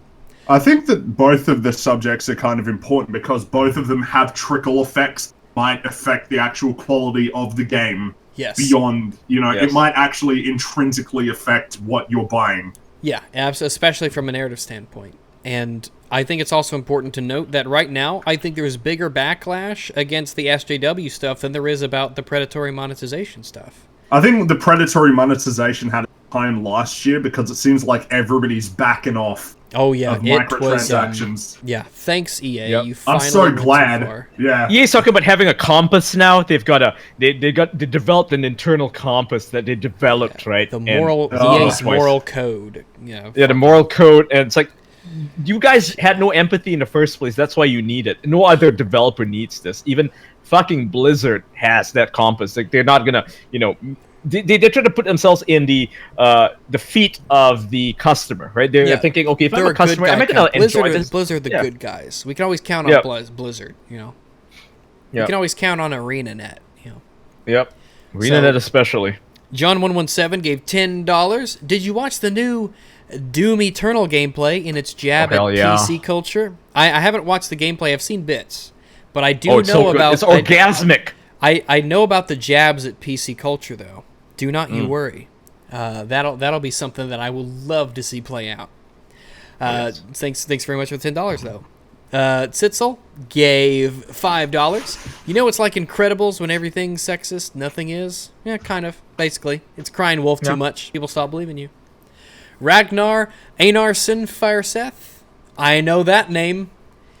55 krones. How's it going, Rags? Long time since the last live stream. I know, but don't worry. We'll keep them coming because they're hella fun to do when they're fucking. I don't have to do any editing with them. So there you go. Oh, before you go into the next one, I'll just say that addressing the previous one about how you said that if everything's sexist and nothing is, I've noticed like the backlash to all this crying wolf over sexism. It's actually really bad for people who actually are victims of sexism, right? Oh yeah. When the wolf finally shows up, nobody pays attention. Yeah, like I know a lot of Twitch streamers who do get actual harassment. I'm on there on the stream, and I see them getting harassment. And if they were to say anything about it, like they're afraid to say anything about it because they don't want to seem like SJWs because they're not SJWs, right? But they're not even allowed to talk about it because the backlash to it is just, a bunch of guys who, I can't blame these guys, but like they look at the situation, they don't really understand it. And they're like, oh, you're just one of those SJWs. It's like the last dozen people. Yeah, sure. Yeah. Yeah. It's so sickening. Like when Skydart, the girlfriend of that dude, who does the AMC thing, gotta get Chris Hardwick, right? When she came out and she talked about what he had done to her, people were not believing her. They were like, "Oh, you're just an SJW making up stories about this man." I got to defend Chris Hardwick, and in reality, she's not an SJW. She actually was pro Gamergate, and Chris Hardwick is the SJW. He's a male feminist. And what are you guys doing? Like, look at the situation. I wish, if I had a message to anybody listening to this, I would say that if you see some situation like this, look at it closely before you say anything. You don't want to pile on and take the wrong side here. It's not a good thing. Yeah, and please don't devalue actual victims by saying that everything is victimhood, Yeah. The narrator gave $2. Happy birthday, Rags, he says. You're welcome very much. I will have a delicious cake in order to celebrate my birthday. Thank you. It's not actually my birthday. It's a stream. That's a stream issue with YouTube, but I appreciate that nonetheless, narrator. Masterful Joe 101, $5. Still can't think of anything, but hey, birthday money. Shit, I'm just gonna call all my streams my birthday streams. Shit. Yeah, Rags is the birthday channel. This one's not on me. It's all YouTube, but thanks very much. I do appreciate that. Thanks for the $5, Joe. World Killer 556 gave $20. Oh boy, I'm feeling generous. So here's $20. Well, I'm glad you felt generous. I really appreciate that. Thank you. Thank you very much. It's very kind of you. Send $20. Thank you. Non Sequitur Show again gave $2. Happy not your birthday. Fantastic analysis. Well, I like to think I put the anal in analysis. Coach Coachman gave $5 and said, here is 2 shekels. What do you think of the recent changes to Dirty Bomb? It depends which ones. What changes? I have not been paying attention at all. Dirty Bomb, I don't know. Most are good, some are really bad, some are terrible. Like, you know, in Dirty Bomb, you can't group with your friends anymore. Or what? Really? I know. You can't group with your friends anymore. The hell? They took that out of the game. But why? Apparently, the game doesn't have enough players now that there were like 6 stacks and 5 stacks in these games that were steamrolling in pubs because they got rid of ranked because people weren't playing it because they can't keep people playing the game, right? So the game's dying. The game's dead. Yeah, the game's like dying for a while. Yeah, that's the thing. Hopefully, when it officially releases at 1.0, it'll get a boost. But fuck, it's stuff like that makes you like, why didn't you just cap it at like 2 or 3 people? Yeah. Now I can never play with a friend in a game that's perfect to play with your friends. It's a great team game. What you have to do now is you have to say, well, I got into the same server as my friend. I hope that the game puts us on the same team. Will it? I don't know. Maybe it will, maybe it won't. And if I'm really good and my friend is just trying to get into it and I'm on a different team, then I'm going to shit all over him because that's the way the game says. That's fucked up. That's fucked up. You're going to kill your community. Joanne Vila, $10. Why does everyone say my name wrong? Look, your name is spelled Joan. That looks like Joan to me. Joan of Arc? You know? It's Joan. It looks like Joan Vila to me. Maybe it's Vela. Maybe it's Joan Vela, not Vila. I don't know. I'm sorry. It's not intentional. But if you give me $10 every time I say it wrong, then I don't know if you really... I don't know. What do you want me to do? But thanks very much for the $10. JV. JV. JV. That's a good way to say it. That's where you are now. Let me scroll up here really quick. Excella Bloodfang gave $5. What do you think about Bayonetta 1 and 2? I haven't played them, so I can't really give much of an analysis. I'm starting my gameplay soon. Well, I've heard they're very good, so hopefully you will. I've heard they're very good as well. Yeah. Have you played Nier Automata? No, not yet. I heard that's good. Okay, yeah. Oh, it's really good. I Hate You Cunt gave $5. He said, ignore the username, just take the money. You bet. You bet it. You bet, Carl. Ragnar again. Ragnar gave 109 crones. Well, shit, here you go, he says. Go buy yourself a chew toy, buddy. Hell yeah, I will. Hugo Bernadette gave €5. I love listening to your videos while playing. It makes my feels less lonely. Thank you for your wonderful content. Welcome very much, Hugo. Digistar DBZ gave $2. I missed your content. Here's appreciation money. Hell yeah. Thanks for the monetary incentive. Millicetius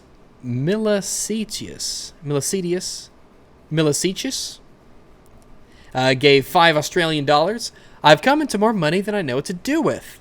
So I figure I'll spend $5 to hear you try and pronounce my name. Well, there you go. Having too much money, it's not the worst problem to have. Mr. Geek Gamer, 55 crones. Started playing Dirty Bomb because of your video on it. No regrets. Yeah, it's a good game. I wish more people would get into it, but we'll see. We'll see how it goes. Vaughn Killian gave $20. So thank you very much, Vaughn. He said, working on an Unreal Tournament level for class. If reasonable business decisions keep trending in this direction, I have a bit more hope for getting into this industry after school. Great stream, keep up the good content. Well, Vaughn, unfortunately, I have heard that game development is an extremely terrible and toxic place, and you shouldn't be part of it, because you could be fired for being a dick. So... But thank you very much warning for the $20. to all the dicks out there. Yeah, so thanks for the $20, and I really hope that after your class, you learn a lot and you really do get a good job. Absolutely. There's a game called Echo I'm going to be doing a video on that uses Unreal Tournament. Chip Chipley gave $10. Glad to see you're back, Rags. You are the one that convinced me to buy my first PC, and it was the best $1,500 I've ever spent. I love the latest video and can't wait for more. Keep up the good work. Well, more is coming. And I will keep up the good work, thank you. Cody W. gave $10 Australian. Hey Rags, love your videos. Here's $10 from an Aussie Fox boy. Oh boy. Can you please say .w. It will make my day. .w. That's not too bad for 10 Australian dollars. No, that's not too bad. Yeah, it's not bad at all. Yeah. Yeah. Especially because normally we say www dot, which is weird because it's faster to say World Wide Web.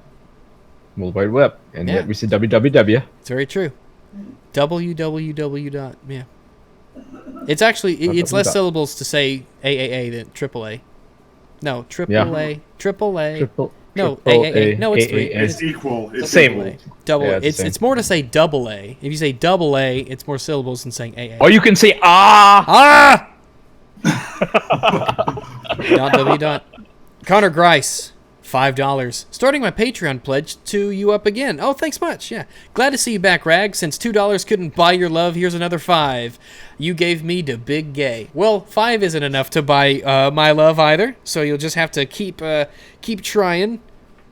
But thanks very much, Connor. I do appreciate that. Thank you. Definitely closer, though. Let me run these out. That gamer gave $10. That gamer gave $10 more. Fans of Overwatch tell the devs what to do all the time, like buff or nerf heroes, or weapons all the time. And most, if not all, of the devs are man, and you don't hear anything from them. Mm-hmm. That's true. How else do you develop a game like that? It's an iterative process, like I said. Yeah. Mike Cowan, $4. Here's $4 to get some good pretzels, my nibba. Man, one of my favorite snacks in the world is like those fluffy, salty pretzels. I don't like the crunchy ones, but those really, like those thick, like doughy pretzels that you get in like a baseball games. Yes. Jeez, they're so good. I love them. They're very good. Joanne Vela gave $10 more and said, still wrong. I told you, if I get $10 every time I mispronounce it, you're not encouraging me to get it right. But thanks for $10 though. But maybe next time, maybe you should just tell me. Just tell me, 'cause else I'll be guessing forever. And I'll make a poor man out of you. Vladimir Dragonov gave $2. Chicks with dicks or guys with tits? Maybe it's Yon. Maybe it is Yon. Yon.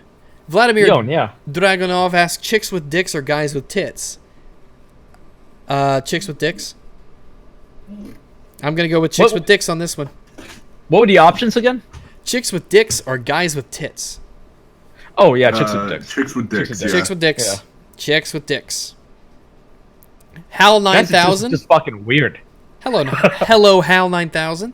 He gave $2 and said, keep up the good work, Rags. Always happy to support. Well, you're welcome very much, Hal. Glad to see you. Ross Cuth gave £2. Have some Scottish money. Nice. I will definitely take your Scottish money. Scottish, English, French, I'll take all money. Masterful Joe, 101 again, gave $2. I'm going to be upping my pledge to $10 next month, so yay. Well, thanks very much, especially after Patreon kind of fucked me over a bit, but thank you very much, Joe. I appreciate that. Ethan Long. What did Patreon do to you? Oh, was it because of the it's that weird processing? Thing. Yeah, it's that weird thing that happened, yeah. It hit me. It hit everybody to some degree. Ethan Long gave $5. Phrasing. I'm sure this will become relevant later. Glad to see you're back, Rags. Glad to have you. Thanks for the $5.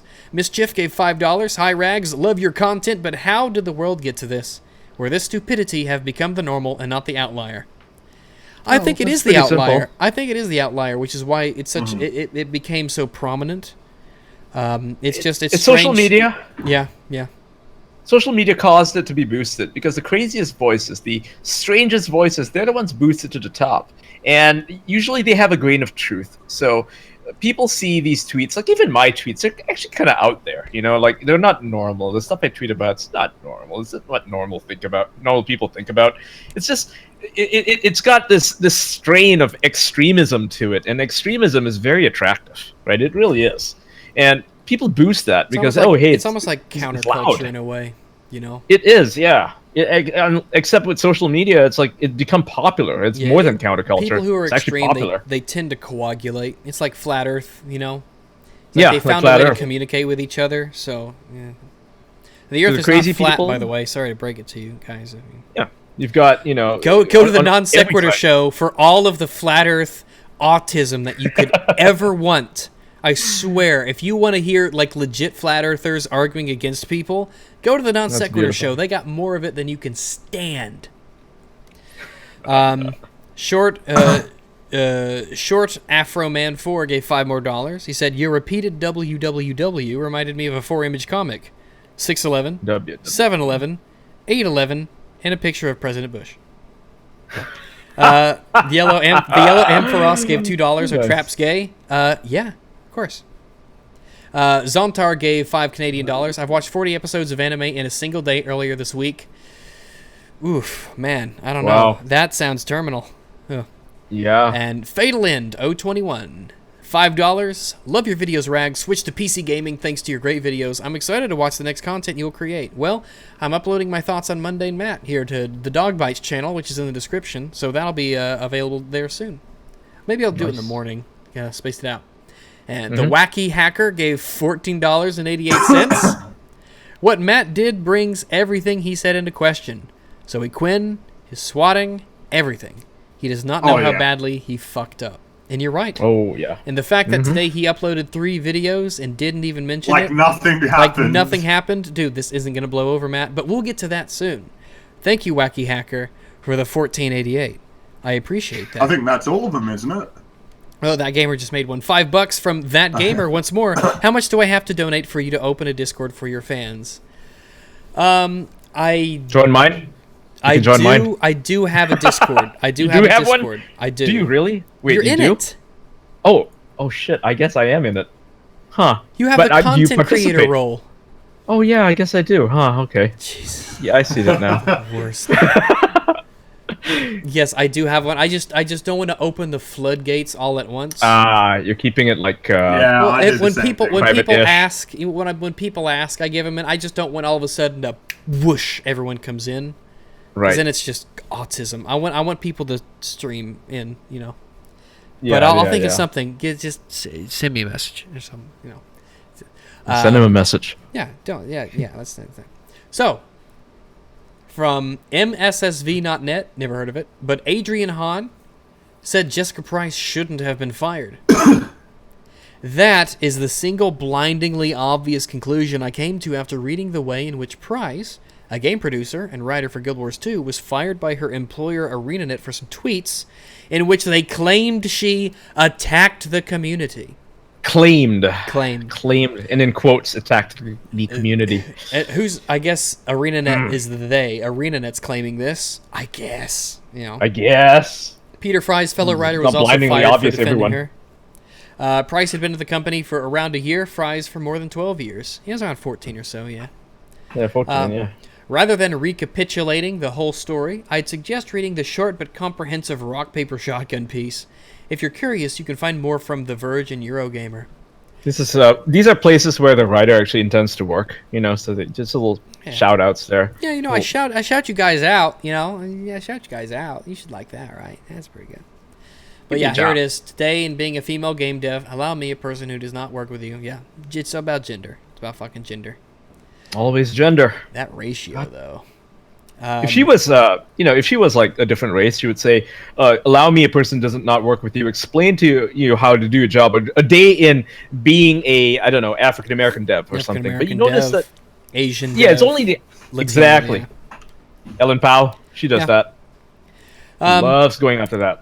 I kept looking for the other tweets that included the supposed attacks on the community. Surely there had to be something worse than asshat. Surely Price must have said something really bad, like, "I hate every single one of our shithead players, and I hope they never play our game again." But no, apparently asshat was outrageous enough to give the vapors to parts of the gaming community whom we all know abhor all use of curse words. That's a straw man. It's a straw man. Yeah, it's not that she said the word asshat. It's that she referred to a beloved member and longtime part of the gaming community and ArenaNet partner as a rando asshat after talking down to him and basically implying that he was a sexist. Mm-hmm. That'll make anybody mad. Oh yeah, being called a sexist is way worse than being called a rando asshat. Because being called a sexist implies something about your character. Yep. I love how this person writes it. It's such a straw man argument, like you said. It really is. Yeah, it really is. She shouldn't have been fired. It began in madness, just as it ended. Actually, it was very cathartic. I think how it ended. But yeah, me too. Price had written a long series of tweets going into some detail about the difficulties of getting players to identify with their characters in Guild Wars 2 stories. Blah, blah, blah, blah, blah. We have read this before. And this was, for those of you who don't know, this was what Duror said to Jessica. This is Jessica Price's internal, or first tweet, like, to him that she made. Thanks for trying to tell me what we do internally, my dude. Very dismissive, right? Very rude, right?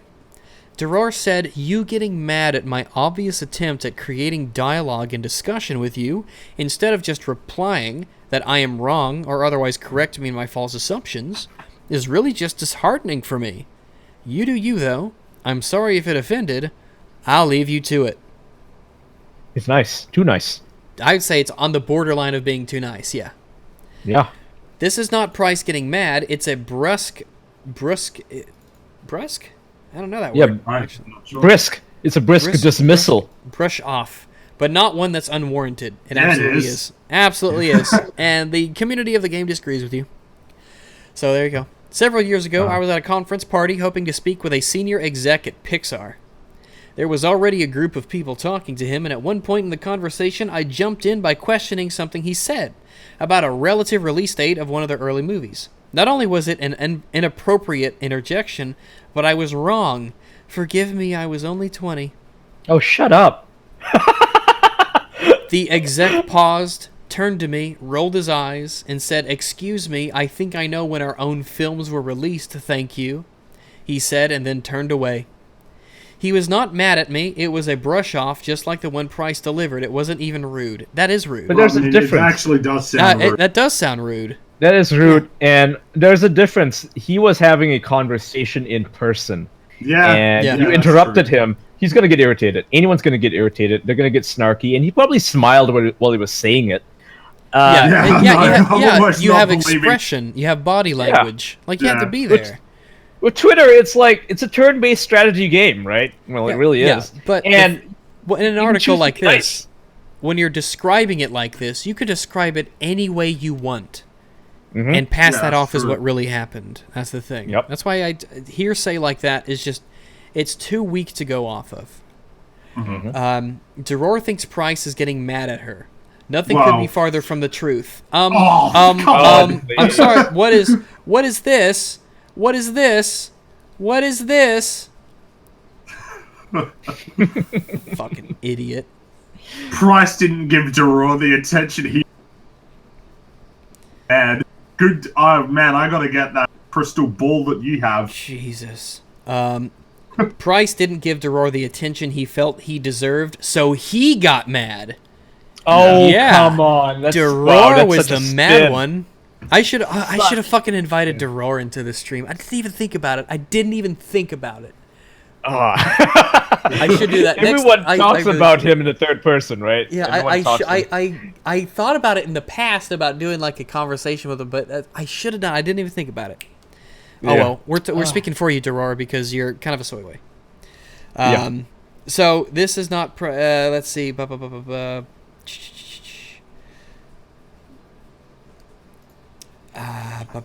Sorry. As for me, it was. Oh, here we go. Duror, this is Duror's fault. You're pulling a glitch, please, here, and trying to completely flip around the way the conversation went.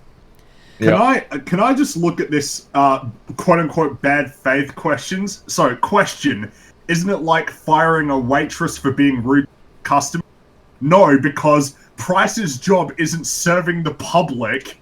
And it's not what she should be judged on primarily. Okay. Let's. Okay.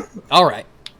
So, first off, the way that the writer frames this is a selection of ignorant and bad faith questions. In what way? See, this you're going into this assuming that any kind of critical question is asked in bad faith or is ignorant. Yep. It's instantly labeling the opposition as, X so that you can dismiss it, right? Isn't this like firing a waitress for being rude towards a customer? Yeah, isn't it? That seems like a very, very appropriate thing to ask. It's a direct comparison, yeah. Price's job isn't serving the public. No, you're both creating a product. a waiter provides a service, a dev creates a product. And it's an MMORPG. And It's not like a MMORPG. single-player game. I think that this person doesn't understand that when you're talking business, everything is either a good or a service. Goods That's and why, services. that's why goods and all it services can are be. lumped together so much. Goods and services. Even if you're making a game, that's goods and services because that's literally the only business that ever exists. Lawfuls in chat says not totally different. Sorry, Rags, it really is different. If you really think that, then follow up on that in the chat because I would like to get what you think about it. Explain why you think it's different. Yeah. Price How is it wasn't different? even How is it on the totally job different? when tweeting. So? Doesn't matter if you're representing the company. It doesn't matter if you're representing the company. It doesn't matter if you're currently exactly. on the clock. Right? Like, imagine if you were at a McDonald's or not at McDonald's, but you see somebody in a McDonald's uniform and they just kick you in the dick. Would you just be like, oh, they should be fired? It has nothing to do with McDonald's. Right in the McNuggets. People have been fired for stuff like that. You commit crimes outside of working hours, you're going to get fired. You Okay? get some McIce for that, bitch. You shit on people outside of working hours, you join a there's white obviously nationalist a gray rally, area. you get fired for that. Yeah. I mean, there obviously is a grey area, but Yeah, it's like even voting still, for like, if Trump you're is literally fine, but wearing going to a uniform- white supremacist rally, it's still Yep. too far. A little too far. Like, you know that one guy who picked on the 14-year-old for wearing a MAGA hat? He threw water at him, he slapped his hat, yeah. right? That dude got fired because He should have been deserves to fired. be fired. Yeah. Jesus, fuck that's that, fucking man. nasty thing to do too. Fighting with kids. The dude's 30. 30 fighting but with yeah, kids. Here's the thing, and Goddamn. this is worthy of its own discussion, really. The whole, Twitter, your job, who do you represent? Can you get fired? Every case is an individual, and generally, I suppose a rule of thumb is if you represent your company, if you are talking about work or drawing attention to what you do at your job, then you are representing the company. Mm-hmm. Jessica Price was talking about what she does. I mean, this for is Arena. directly related to her job. Absolutely. Yeah. Correct. A conversation about her directly job. relating to her job. Yeah. Yeah, if she wants to support Antifa, more power to her. Just don't bring it to work. So, but she has her company name in her Twitter profile. Oh my God, that changes everything, doesn't it? Because if she didn't have her company name in her profile, she shouldn't be fired. No, it's one of the things that lead her to being representative for the company. It's one of the things, right? It all Such adds bad up. faith questioning. This is bad faith questioning, and it's labeled as they're calling these things in bad faith, these questions, but really the answers are the ones being given in bad faith. Yes. Okay, so apparently it isn't like the waitress analogy because only in the U.S. do waitresses get instantly That's fired a fucking lie. What? Citation That's fucking a lie. needed.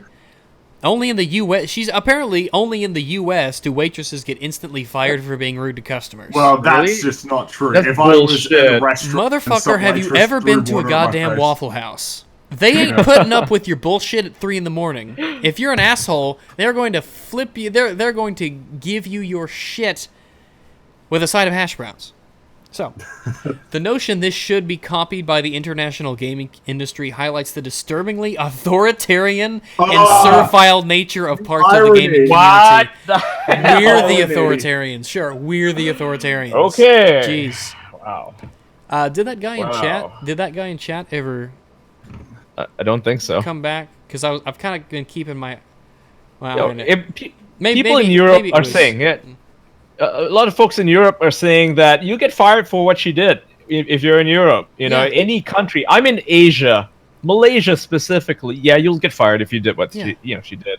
You'll get fired if you're a waitress and you're rude to the customer. They'll fire your ass. Absolutely. Get out of here. You're especially if you're a waitress, Yeah. or a waiter. I know. Well, I just call them Replaceable. server, but it's just your job is a server. You are providing a service, and your attitude is very important in that. Mm-hmm. A bad waiter can ruin a meal, quite frankly. absolutely. A good waiter can enhance a meal. So, Gone to restaurants where waiters kind of rude. I don't go back there. Fuck that. yeah, it's like whatever. It's like you shouldn't do that, but it's like not a huge deal, right? Yep. But yeah, tip your waiters. Question: Price is the one being sexist, which is No, she is. Well, it seems Yeah. that way because she instantly made this a gendered issue, and she implied that because of gender, arguments were made. Yep. And she is also well, that's enough right there. I like how they call this mansplaining. Yeah. So, Fucking hell. Yeah. I guess they say it is admittedly impossible to know whether any single instance of mansplaining is down to sexism or just because somebody is naturally a bore. Fuck off. Any more than Wow. you can really know that Sony hates the idea of cross-platform gaming, or maybe it's just somehow mysteriously really difficult to make Fortnite work between PS4s and Nintendo Switches. That's a terrible analogy. It's a terrible, awful analogy. That is a terrible analogy, especially because it was the Witcher devs who came out and said, yeah, we're ready to make Gwent cross-platform, but Sony's just not doing it. Yeah. Same with Fortnite, it's not just actually. them. Everybody knows that Sony is dropping the ball on it, not for tech-related reasons, but because they want to be assholes to their consumers. They're being greedy. But here's the thing here. Mansplaining, the idea that you can't even explain something to a woman as a man without it being labeled as that is already just a toxic way to look at it. It's a terrible way to look at it. It is. Because it defines... And women are somebody- condescending, too. It defines the intentions of the entire interaction. But, Yeah, I mean, it you're does. basically telling somebody that their biological opinion on something. So Lawfell's actually responded. He said, to the extent that she did, there had to be sanctions. To the extent that she did, there had to be sanctions. Yeah, but when your job description doesn't involve customer contact, it should be weighed differently. A comment on a bad day won't get someone from IT fired. Okay, that's not true, though. Your No, it's job not true. description is... Just because your job description probably also doesn't say that you can't murder someone, Yeah. right? But there is an understanding that there are things you can do that are not explicitly mentioned in your job description, right? That are up to your employer's discretion. It is an You can't- unspoken... Yes, it's just like Yeah, a normal exactly. human being should understand that you can't be rude to your customers like that, right? And It doesn't- beyond... Yeah.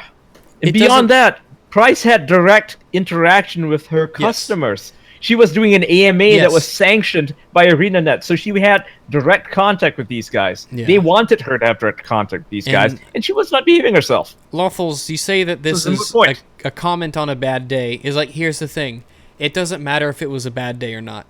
It's Yeah, it doesn't. not It relevant. doesn't matter. Yeah, No. Jessica Price is an adult. Because remember, And it's not the she's guy's fault. Yeah, she's expected to control your emotions. If you It's go like to if- somebody in any industry and they give you a bad attitude, you can't just say, "Oh, I guess they're having a bad day, so that makes it okay." No. It doesn't It's make like- it okay. It's like if every day, I drive every day, and one day I decide to drive drunk, and I get stopped by the police, I get arrested for DUI, right? Maybe I don't kill anybody, but I get arrested for DUI regardless. The police officer, he's not going to say, "Oh, so this is like the only time you've ever, done this." He doesn't care. The fact is, you did it, right? You did it. Take See, responsibility. I think it's important to realize that while you may know that you're having a day, the other person who just comes up Yeah. and talks to you doesn't know that. They might just think you're always an I- asshole.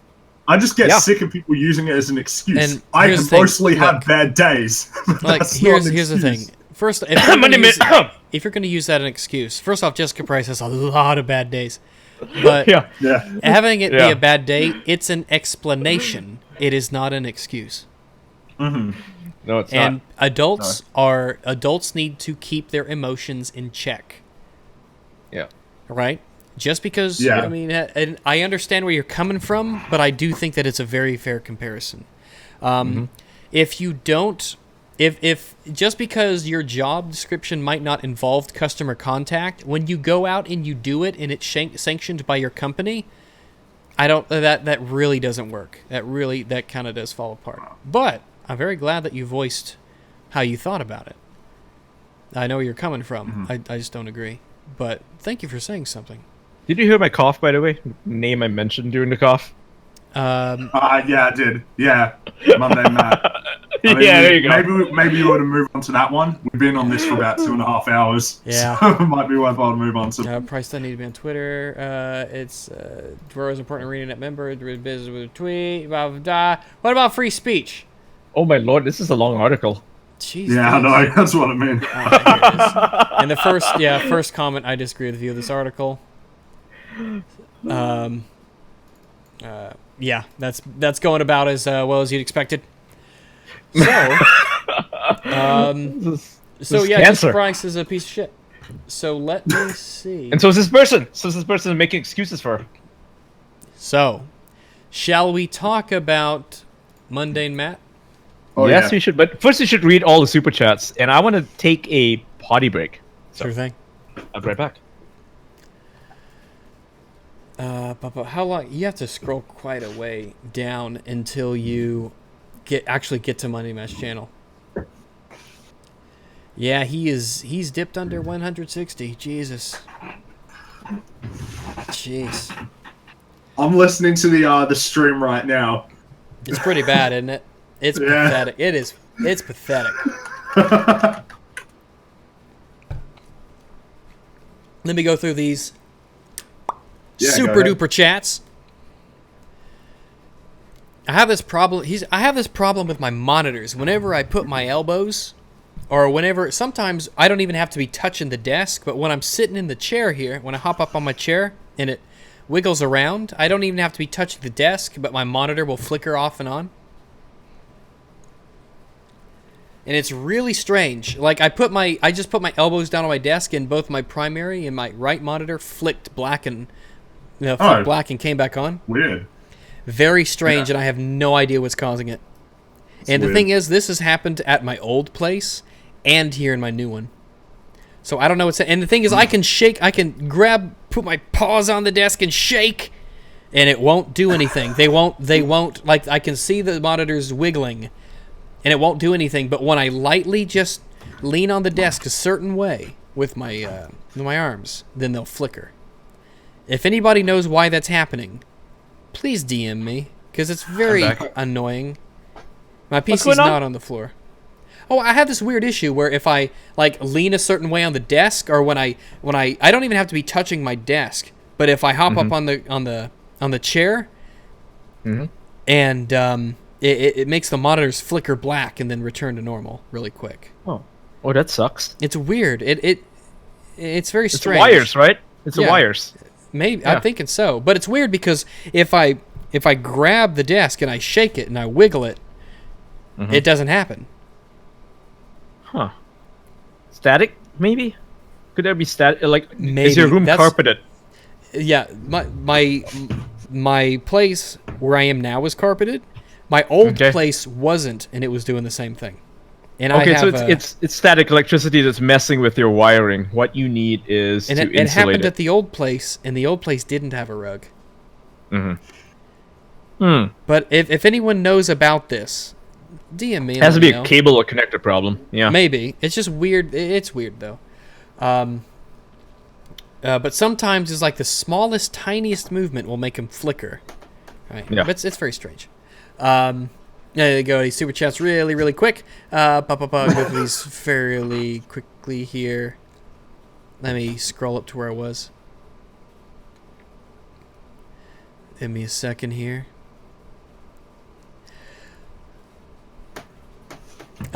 Dimension Gamer, £5. Glad to see you're back now. Take it, Rags. Take it. Yeah, you like it, don't you? Ha ha ha. I can't believe I said that. Well, you did. And now you're going to have to live with that. But thank you for the £5. Always happy to take £5 from a stranger. Killer Space 2726 gave 13 Canadian dollars. Bought my first PC for 600, and it may be used and a couple years outdated, but I can run Skyrim at 60 FPS on Ultra, and the boot time is 5 seconds. You're leagues ahead of consoles, my dude. I'll tell you that.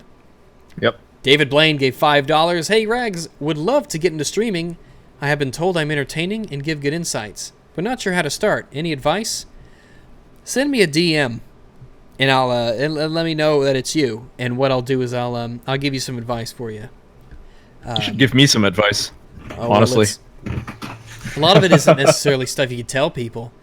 But I guess since we're on the topic, Yeah. drink water like a fish. Oh yeah. But Me too. if you're gonna spend something, Dude, I got like 3 or 4 bottles on the fly. Man, at once. I drink so much. Yeah. I just buy a bottle. I buy a bottle, and when it's done, I just fill it up, and I just fill it up. Yeah, I know. Yeah, I do that too. Yeah, I've got 3 2-liter bottles here. But really, if you're going to spend money on something, a good mic would be a good investment of it. It's Yeah. about being spontaneous, about being Yes. able to engage with your audience, and to constantly Be honest as well. Just be Yeah, be frank, honest about things. Very honest. Real. You have it takes a special kind of skill to do this stuff live. Well, yeah. Yep. You have to engage with what's happening in front of you, kind of in real time. You got to be quick Some on your people- feet. Some people will say be yourself, but I disagree with that, right? If yourself being like you are very introverted and you don't like expressing yourself, you don't want to be Yeah, yourself. if you want to yourself be sucks, honest. don't be yourself. Be somewhere else. Yeah. Yeah, be honest, be open, be loud, right? Be someone Yeah. with an opinion. Yeah, Be don't be gregarious. afraid of speaking your mind. Yeah, have an opinion. Stick to it. Be out there. Be loud. Play a character. It'll be great. Yeah. J-Mar Ledesma, sorry, 10 Australian dollars. You are a sexy, sexy doggo. And I agree. And now I've got the thought in your head. The Wacky Hacker gave $6.21. Durar was not just some random fan like these journos keep painting him. He was a partner, he had his own PC, and he was a major streamer. And that's very correct. And that definitely played a role in it, I believe. It's a big deal. The Rookie Critic, $2. How often will be streaming? Fairly often, I think. Fairly often. Dark Foxen gave $5. Didn't have a message, but I appreciate it nonetheless. Thank you. Are Nick you streaming on Dritter. Twitch or YouTube? YouTube is what I do now. I have a Twitch account that that I just have to log into, but I haven't used it yet. Yet. Yeah, yet. Maybe you might think of streaming gaming on there. Yeah, that's what I'm thinking. Nick Dretter gave $5. I have a file on gaming media and all their shit articles. If you guys want to contribute. Well, One of the big reasons to stream on Twitch versus YouTube is that it's live, it's a lot faster, right? So there's interactions immediate. Yeah. And beyond that, you can play copyrighted stuff. Like you can play copyrighted music. YouTube, Twitch is not going to take your stream down. It won't. that's such a big deal now, especially. Yep. Fucking YouTube, you play some licensed music for just 30 seconds, boom, you're done. Yeah, I Your did a stream is Fallout. offline. I did a Fallout 4 stream once upon a time, and it got copyright striked because I was standing to a radio for too long, and it picked up the song on the radio in the game. Yeah. Yeah, no, people can't stream Grand Theft Auto. Like, they have to turn off the radio. Yeah. Any game with licensed music, even Life is Strange has licensed music. Yeah, you can't play that on YouTube. No way. Yeah, but I mean, honestly, that's kind of a blessing in disguise, isn't it? In some ways, yeah. But it's the principle of it. Right? It sucks. Nick DM me with more information on that if you got something for me. The Rookie Critic gave $5. I created a budget to support my favorite channels, and you are one of them. A little series on my tiny channel is called YouTuber Appreciation. Yours will be up Monday. Oh, thanks very much. I really appreciate that. Let me go to. I have a tab with your channel open, so I can check out later. Thank you very much. Dude, I'm a bear gave $5. I love Cyrus Martin. He is adorably handsome and pale. Here's $5. Love you. You're welcome very much, dude. Thank you. John Reese gave $10 more. I work in a casino. They have a policy that if you are in uniform, you are a representative of the company and can be held accountable for anything that you do or say. And I think there's nothing unusual about that at all. Yeah, I'd say most companies I'd say work it's like that. Pretty regular, yeah. And that's just common sense. Jeez. But thanks very much, John, for the $10 more. Dark Foxen gave $20. Thank you very much, Dark. Can you mansplain to me how to use Super Chat? I've never done it before. Playing Monster Hunter and listening to Rags and Friends, good times. Well, here's how you use Super Chat. You hit the little money button on the chat, and you make the number as big as you can. You get the most points, and it gets to stay up even longer than everybody else. And then you write in your message, and then you send it, and you feel no regrets. That's how you use Super Chat. Trust me, I'm an expert. Feels good. Feels good. Thanks for the $20, Dark. You sent me something earlier, too, without a message. So thank you. Connor Woodruff gave 2.79 Canadian dollars. He said, take my money, and I will be more than happy to oblige you. Thanks. Corvers, $5. Hey, Rags and Fringy. Is there any chance we'll see a hi. Is there any chance we'll see a Four Horsemen podcast soon? I'm fine with Yeah, it. we'll work on that. Yeah. We'll work on that. Yeah, we're all over the globe. Which That's is the not thing flat. that makes it Yeah. tricky. Makes it tricky to organize. The Spawn Camp gave $2. He said, "Why jobs gotta have rules?" Indeed, why indeed? White jobs gotta have rules. Short Afro Why Man. everything gotta cost money?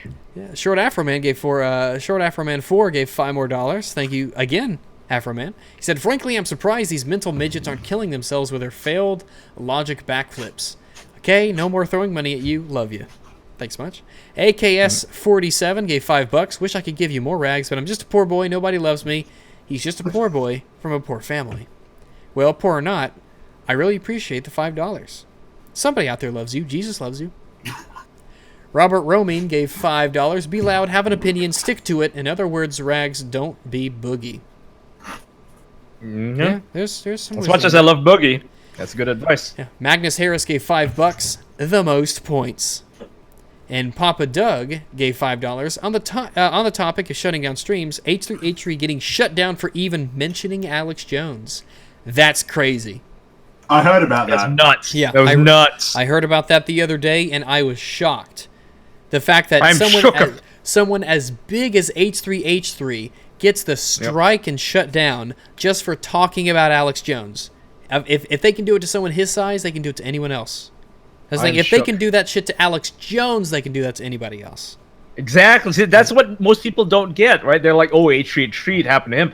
Happened to Alex Jones. Yeah. Think of that. Dementia Gaver gave £2. Here, I meant take the money, nothing else, be honest. Oh, I'm sure. Kiryu Legion gave $5. Here are some USD for one of the best doggos on the interwebs. Thank you very, very much. And I'm going to do this one, and then we're going to talk about Mundane Matt here. The Rookie Critic gave $10 more, so thank you very much for the 10. I want to make a vid about streaming versus discs, but don't want to spread any wrong info. But sources I look up contradict all the time. How can I know what facts are truly accurate? I want to make both sides. I'm assuming that he means talking about like streaming games versus playing games. I guess so, yeah. Yeah. I think stream both sides. Stream all sides. Yeah. Present a whole argument. Yeah, you can do. Generally, a lot of the disagreements will be over which one's better. Though generally, it's better to play on disc because you don't have to rely on a steady and fast internet connection. There will not be any input lag because you are streaming, and you could do it offline. Also, you can resell a disc. Yep. So as it stands right now, I'd say that maybe in the future, streaming games will become more viable when internet starts to catch up and they keep working on it. But for the time being, But it's a great way to try games you don't have, especially accessing large libraries you don't have. And there's appeal to being able to play PC games on a device the Shield, the Nvidia Shield, when that was a thing. Yeah, especially if it's games I still like, use my Shield tablet. Yeah, especially if it's games like Stardew Valley and stuff that don't really require precise knee-jerk reaction games. Strategy games. Yeah, precision. Yeah, strategy games too. XCOM. Yeah, You can play that. Oh yeah, that'd be fun. So Vladimir gave $5. Vladimir Dragunov. He said, "I would make videos on my channel, but OBS is a massive dick and not the good kind." Yes, Vladimir Dragunov. Thanks for the $5. OBS is what I'm using, and it seems to work pretty well. That's OBS. normally what I would love OBS. recommend. But some people like different things. But I like OBS. That's just what you can also use the Streamlabs fork of OBS. It's Streamlabs OBS. You might prefer that. You might have better luck with it. Yeah, maybe. But it's up to you. You can try different ones. I'll just say I'll offer you a warning though. If you download XSplit, I have been having a bitch of a time getting rid of it. It lingers on my PC. I spent like an hour and a half with XSplit today to try and resolve this stream issue with YouTube, because no matter what I do to get rid of XSplit, like Google Chrome still recognizes XSplit as a camera. So I don't know. Just be aware. Just be aware. But thanks much. So here we go. I'll do the other super chats later. To the stream. So funny. What? I've been listening to the stream. Yeah. Yeah. Well, I'm glad you're being entertained. You're part of it. Jeez. No, the Mundane Matt Yeah. the Oh, Monday that, stream, yeah, wow. So, Mundane We can Matt. talk about that now. Yep.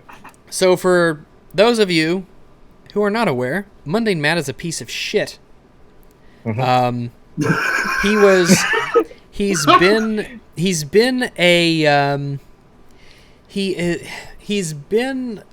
that's the thing. It's really difficult to talk about Mundane Matt without saying how There's not much about mundane him. he is. Yeah. He's not very exciting to listen to. He's very dull. He delivers content in a dry, uninteresting way. He doesn't really He's hold any perhaps one of interesting the- opinions. Yeah. He's perhaps one of the least. Like, he puts so little effort into There's zero effort. Zero Very effort. little And, effort. you know, videos a when you- day of him just talking to the microphone. Yeah. and I like, had to dick "Oh, I around for don't- I like don't- 2 yeah. hours on my PC to get this stream to work. I give a shit. But You know, Mundane Matt is so I spent, low like- effort. Yeah, I know. It's like, and then he pretends like he works really hard as well, which bugs the hell out of me. Like, I'm here spending like 30 hours editing a review, and this guy like just this guy just records shits himself. one out. So in the chat, Kawaii Lil Furry Boy, I do notice you. Do not you worry, but I do notice you. So don't give up. Okay, I know that, gotcha. All right. I know that. I was gonna say, look at Philip DeFranco. He delivers news and he is entertaining. Yeah, Oh, he's yeah. dynamic. He He puts in talks a in an lot Yeah, of- exciting dynamic, manner. exactly. Yeah. Yeah, Like you can listen PewDiePie to same him. But thing with you the can news. tell that he planned it in advance. You tell that Yeah, Yeah. he planned it. facts, Yeah. looked at them, wrote up a script of some sort, and then delivered it. Whereas Mundane Matt will just open up the link and like, this is my Yeah. first time reading it. I'm gonna try and piece together my opinion on this. Yeah. Yeah, but look, Exactly. look, I've got all these videos here, and they're cropped, and I had these alternative things that we could have talked about, with Game Informer and Kotaku. I got all this stuff lined up. I got this Reddit thread from Kotaku in Yep. Action. Like The Kotaku article is pretty good. We I could got this maybe ninja get thing into going it. on. Yeah. But man, Yeah. it's like I was ready. I was ready for this. I was ready. Yeah, you're ready for this. Yeah, you I knew was- what you wanted to talk about. You got your points. You know, I was ready scheduled. to be. I was prepared to improvise. That's what it was. Yep. So Mundane Matt. Basically, Yeah. for those of you who don't know, he came to prominence really in 2014 with Gamergate. I think he got flagged by Zoe Quinn. That propelled him into the spotlight during the Ghostbuster stuff. I wish Gaming Anarchist was still doing stuff. You know, Gaming Anarchist He was released. pretty good. He was really liked good, really entertaining. I listened to him talk to Mundane Matt. I was like, you know, if I wasn't an SJW, I'd be agreeing with Gaming Anarchist. Imagine my shock. And you know, years later, I guess I do agree with him. There you go. So that's funny. That's how, you know, interesting he was to listen to. Whereas at Mundane Matt, it was like, okay, it's just kind of straightforward. This is whatever, you know. But when it comes to Mundane Matt, his channel has been dying for a while. He has 100 yeah. and well, it's actually below 160K now. But you know, he's getting 5, 6, 7,000, 10,000 views. You know, Yep. the people are not watching his stuff, and his numbers are not good, and he's bleeding subs, and now he's really losing subs. He's lost like what 1,400 in the last few days. I'm gonna look it up on Social Blade. Social Blade, yeah. It's pretty bad. It's pretty bad. But it's deserved. But it's deserved because Mundane Matt's a piece of shit. Because not only a few days ago, or like last week, maybe he made a Star Wars video, basically talking smack about the fans. He was talking smack about world-class bullshitters and stuff like that. He took down the video, by the way. And if you have a copy of it, feel free to send it my way, right? But a few days ago, he was on a stream where he admitted and showed proof live that he had been going around flagging channels that were critical of him. Yep. The way that he flagged one of the flailed as stream well. I was on the stream. Yeah. It was I think it was a Tonkasaw stream, right? And he flagged it. He flagged that shit. Why? The way that he videos from flailed as Tonka. well, because Andy on Worski? the stream he got sent a link. Yep, Andy Warski, failure accomplished. Yeah, if you guys want Tonka. to, want to see the stream itself, Ethan just, Ralph. just type in Mundane Matt on the It's the YouTube first search result. bar. You will have to go through like a dozen hit pieces, basically, a dozen just shit fest on Mundane Matt before you actually even get to his channel. But you'll see it; it's impossible to miss. But oof. It was really funny to watch him, like, because you could tell that he knew that he'd fucked up. He knew he fucked up, and they pressed him. Like, here's the thing. He went into a stream with a bunch of people that were, gonna dogpile him about it. I don't know why the fuck he went on that stream. That was stupid of him. Absolutely retarded of him to go on that stream. Never do that. Never do that. Oh. But he did, and he showed everyone his screen where it shows. Apparently, I didn't know this, but apparently there's a tab that you can go to that shows all of the videos you flagged. Yeah, I didn't know about that. Videos, yeah. And I didn't know that either because I don't, do that. Because I've never flagged a video. Yeah. It's hidden. Yeah. Yeah. But basically, it showed that he was a huge hypocrite. He was a person who was critical of things, who could not take any criticism. Did they trick him into it? No, they didn't, Totes. No, they did not. They said he needs to do it, and he fucking did it. Yeah. He's a soy bitch boy. They had Daniel there. They had Daniel there. Daniel fucking ruined him. Keemstar, I mean, right? They had Keemstar on there. Fucking destroyed him. Absolutely destroyed him. Everyone else is silent. Keemstar just destroyed him. But long story short, Monday Matt, we went around and for Lord knows how long was flagging videos of people who were critical of him and talking about him. Everyone from Andy Worski to Talksaw. Which is hilariously ironic considering what his channel is about. Yeah. What was he pointed it out once? He said he was the most red pill motherfucker on earth or something like that? Yes, on the internet. Yeah, the most red pill motherfucker on the internet. And here he is pulling a Zoe Quinn. The thing that launched him to fame, that propelled him to fame, which is Zoe Quinn flagging him or someone claiming to be Zoe Quinn flagging him. That, everyone turned him into a victim when that happened. They're like, oh, free speech, he's got to speak his truth. And sure enough, I agree with that. He should not have been flagged by whoever flagged him back in the day.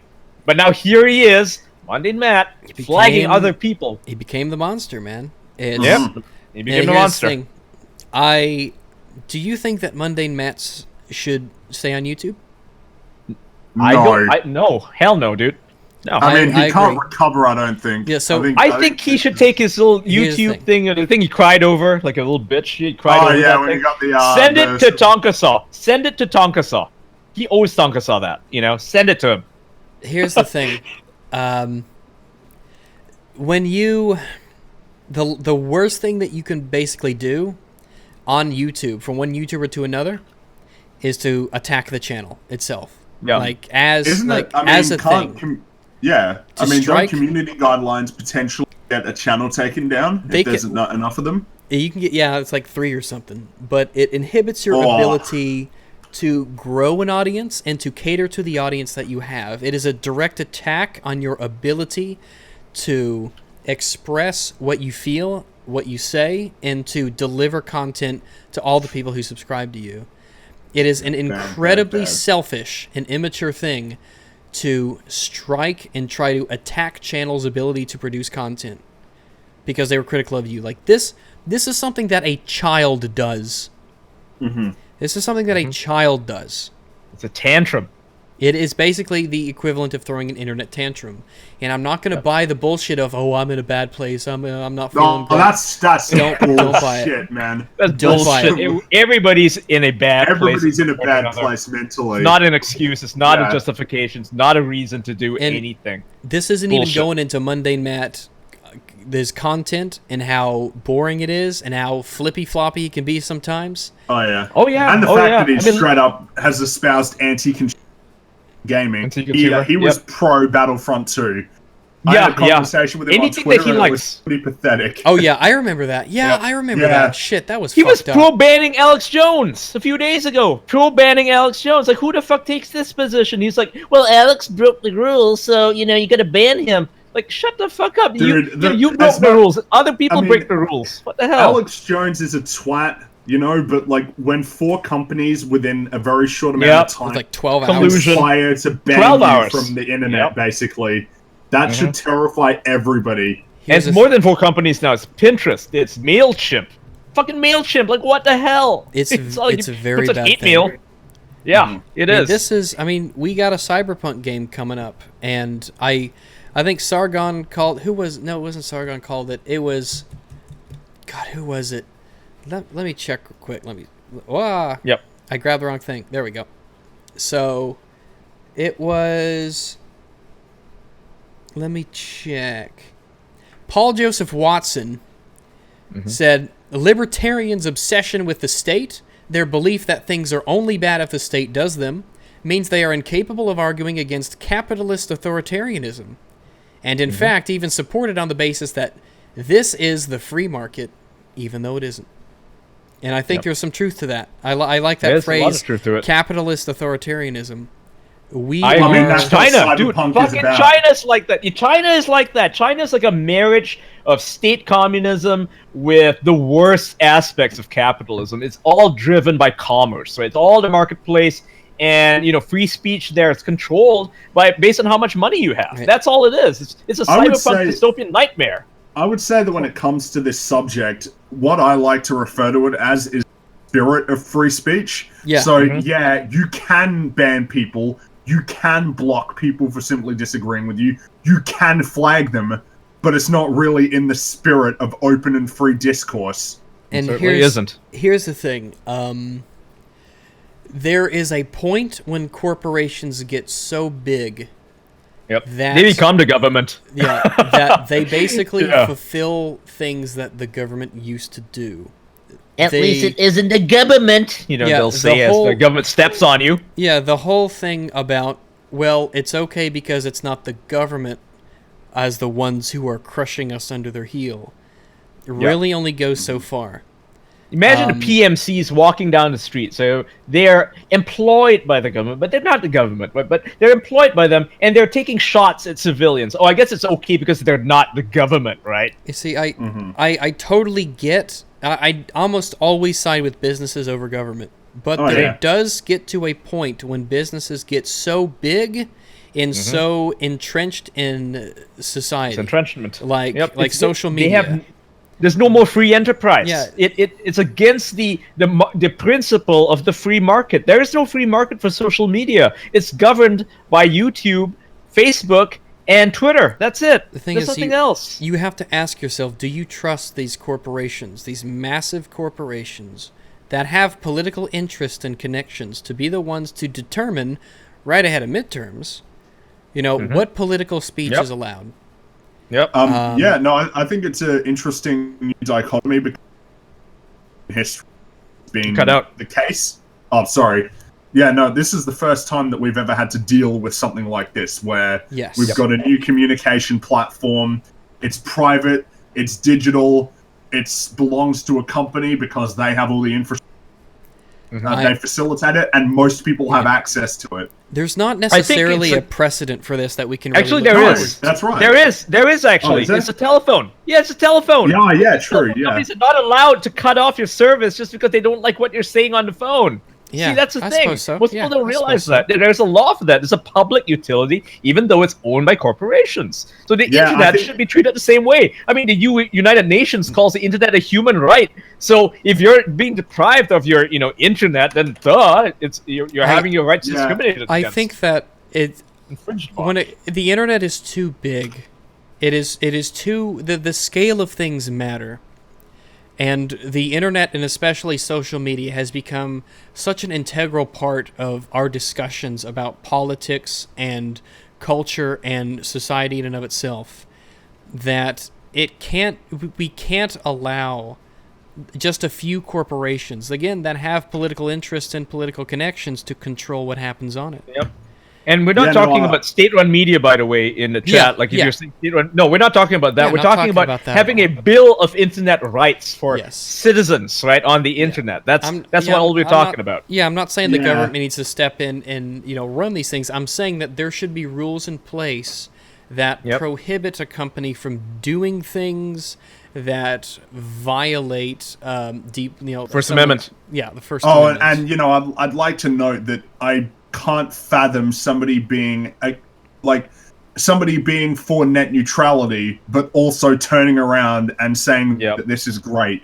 It's just the whole thing. The public contradictory. Space. I mean, we've reached a point in our technology, and we've reached 2018, right, where the public space is no longer just the street corners, right?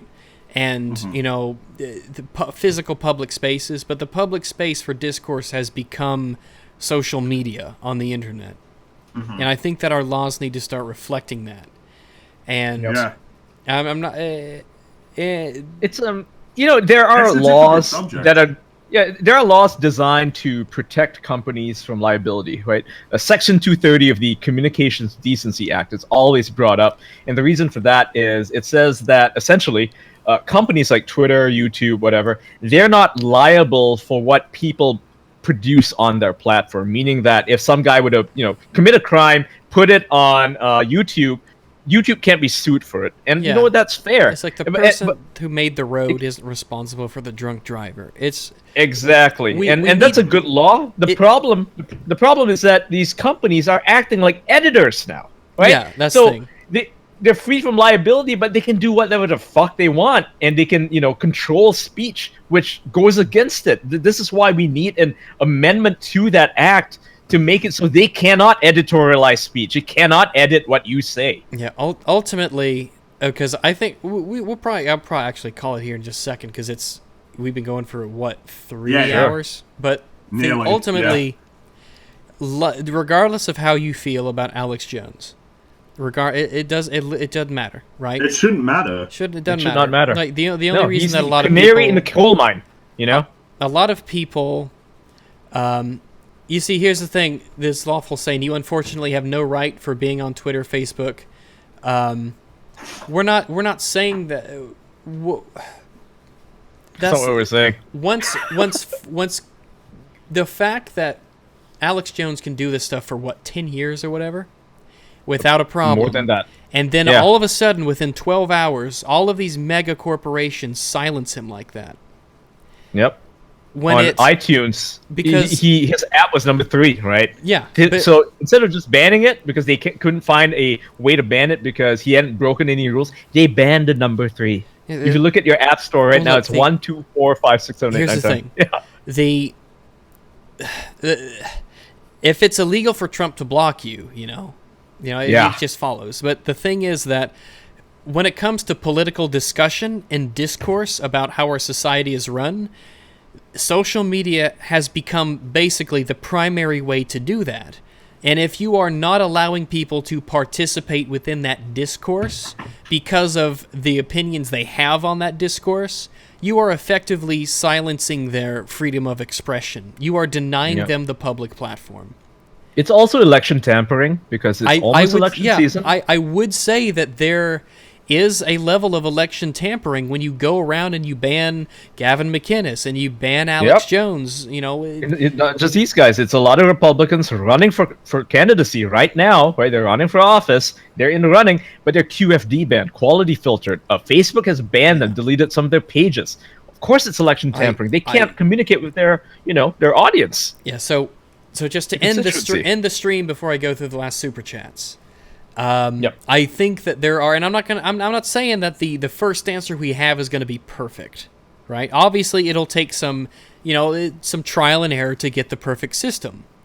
But right now, the public space is controlled by private companies, and that's not really and that's something that should concern people, especially if those private companies are using their control of the public space to influence elections and to control the public discourse. So, it's something that needs to be looked at, and hopefully the sooner we get to finding a good balance between the freedom of a company and a corporation to, the public access to what has become the public platform will happen sooner than later. And furthermore, these companies are not fully private. They're subsidized by the government. They take government grants. So they gotta be held responsible for all of this. It's not like they just took that money out of nowhere, and sort of the thing. No, they take government money. They got grants going on for them. So, let me go here. Cody.w. Sent $1.69 Australian. Thank you very much. He had no message.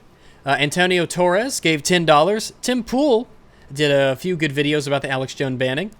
P.S. Love your stuff. Yeah, I watch Tim Pool's videos all the time. I love Tim Pool. Tim Pool's a good guy. Tim Pool's really good. He's a good, upstanding person.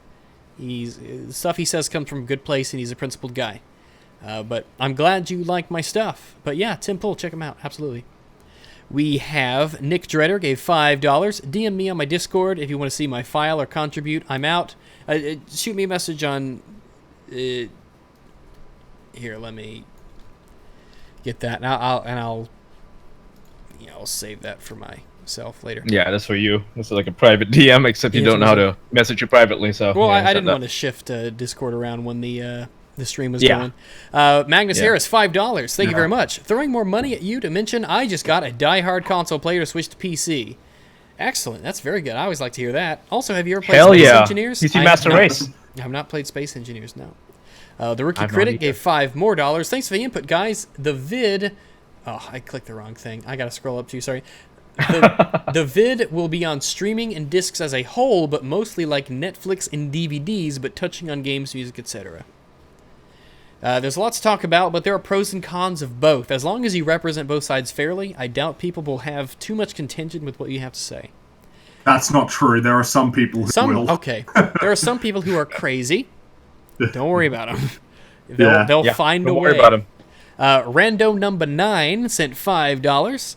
God, watching Killstream when it happened was fucking legendary. Shout out to Ralph Medeker, Keemstar Zidane, and James Alsip. Necro13 sent $5. Hey, Rags and Company, checking in again. Thank you all for your hard work and great content. You're very welcome. You're very welcome. We just we gotta get Fringy into the thing. You know, his thing. Will get you put out that stuff. Oh, sorry, what? Maybe like shorter. Maybe like for you, like shorter stuff. Maybe or just like streaming. Possibly. You know, every week you do a stream talking about some news or something. I don't know. You just try some stuff. I know. I've got ideas. I'm just sort of working in quiet. Yeah. Yeah, think about it. Vladimir Dragonov once more $5. I meant to say I would make more videos. The last 2 times I tried to stream, I don't know if it was my OBS or my internet, but the streams imploded. Who knows? Who knows what it is? I'd have to be there. But don't give up. Don't give up. Johan Banachek gave €5. He said, money equals dog food equals happiness. I am giving happiness. That's fair enough. Give me all the happiness you can. Digger John gave $2. It's like a Greek tragedy. Mundane Matt was killed by what made him. In a sense, yeah. That's brilliant. Child of Slanesh gave $2. Joined first thing I hear is so big. Is this not safe for work? No, it's not. It's not, because we're talking about Alex Jones, which is not safe for work. Yeah, not safe for YouTube, actually.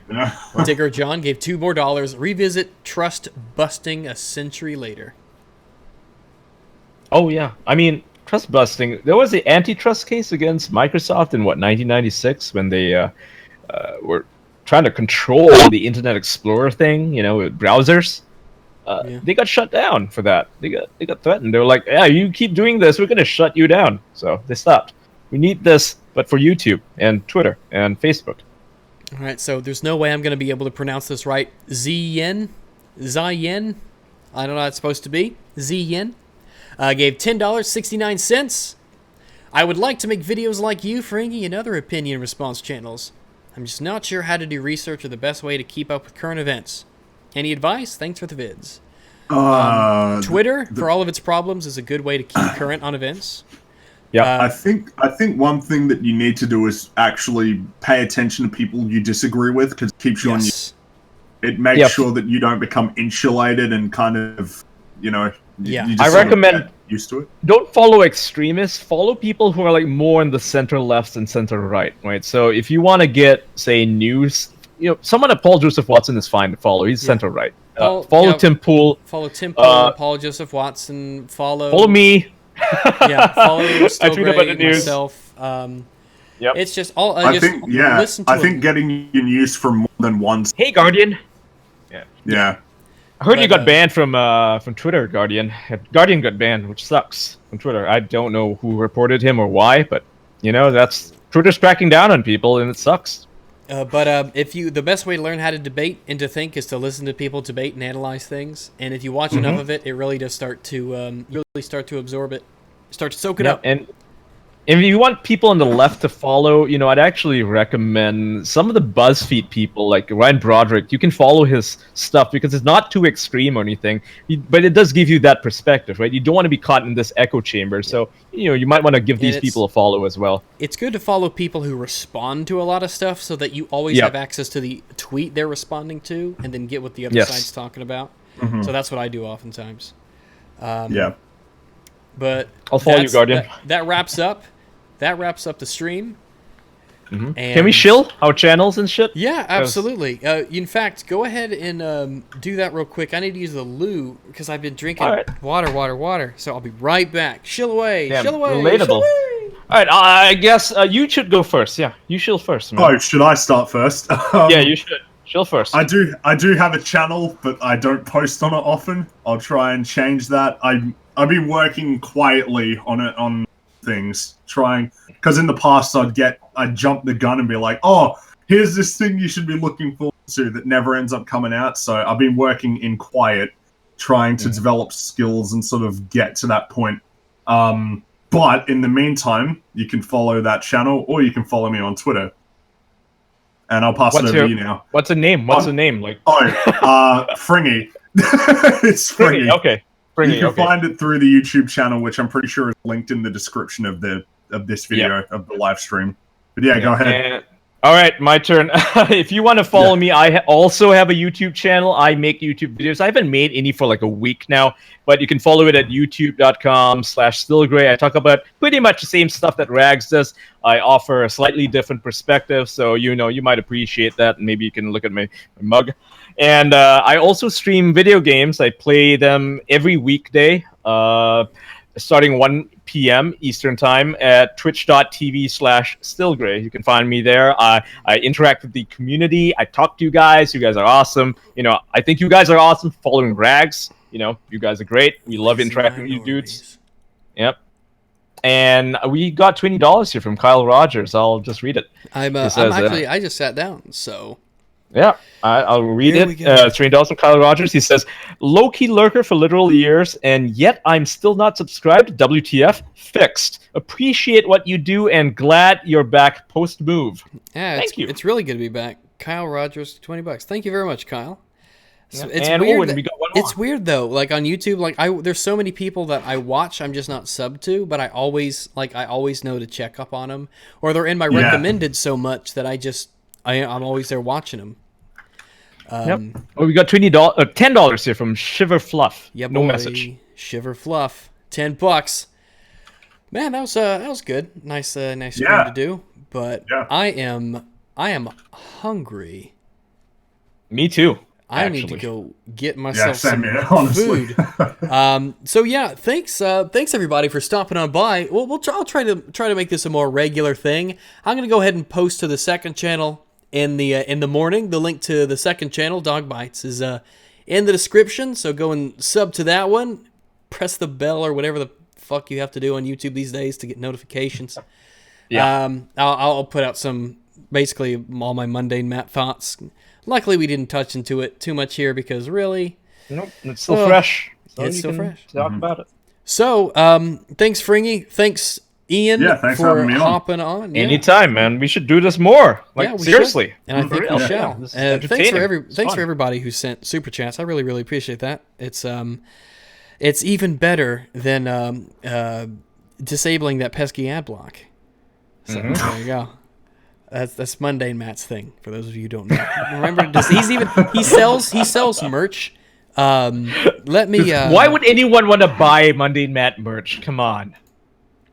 He's not cool. Yeah, see, he's got the turn off that pesky ad block T-shirt. Oh God! Come on. Why? Wait, is turn off that pesky merch? Whatever it is. That's just so cringy. Listen, God. really, guys, thanks a whole bunch. Thanks a bunch for sticking around and just listening to the stream. Yeah.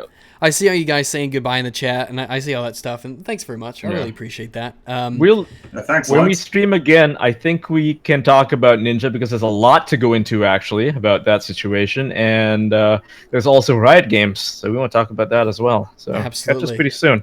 Yeah. So thanks for stopping on by again, and I will catch you guys later. Goodbye. See ya. See you, lads. Toodaloo. Au revoir. Bye.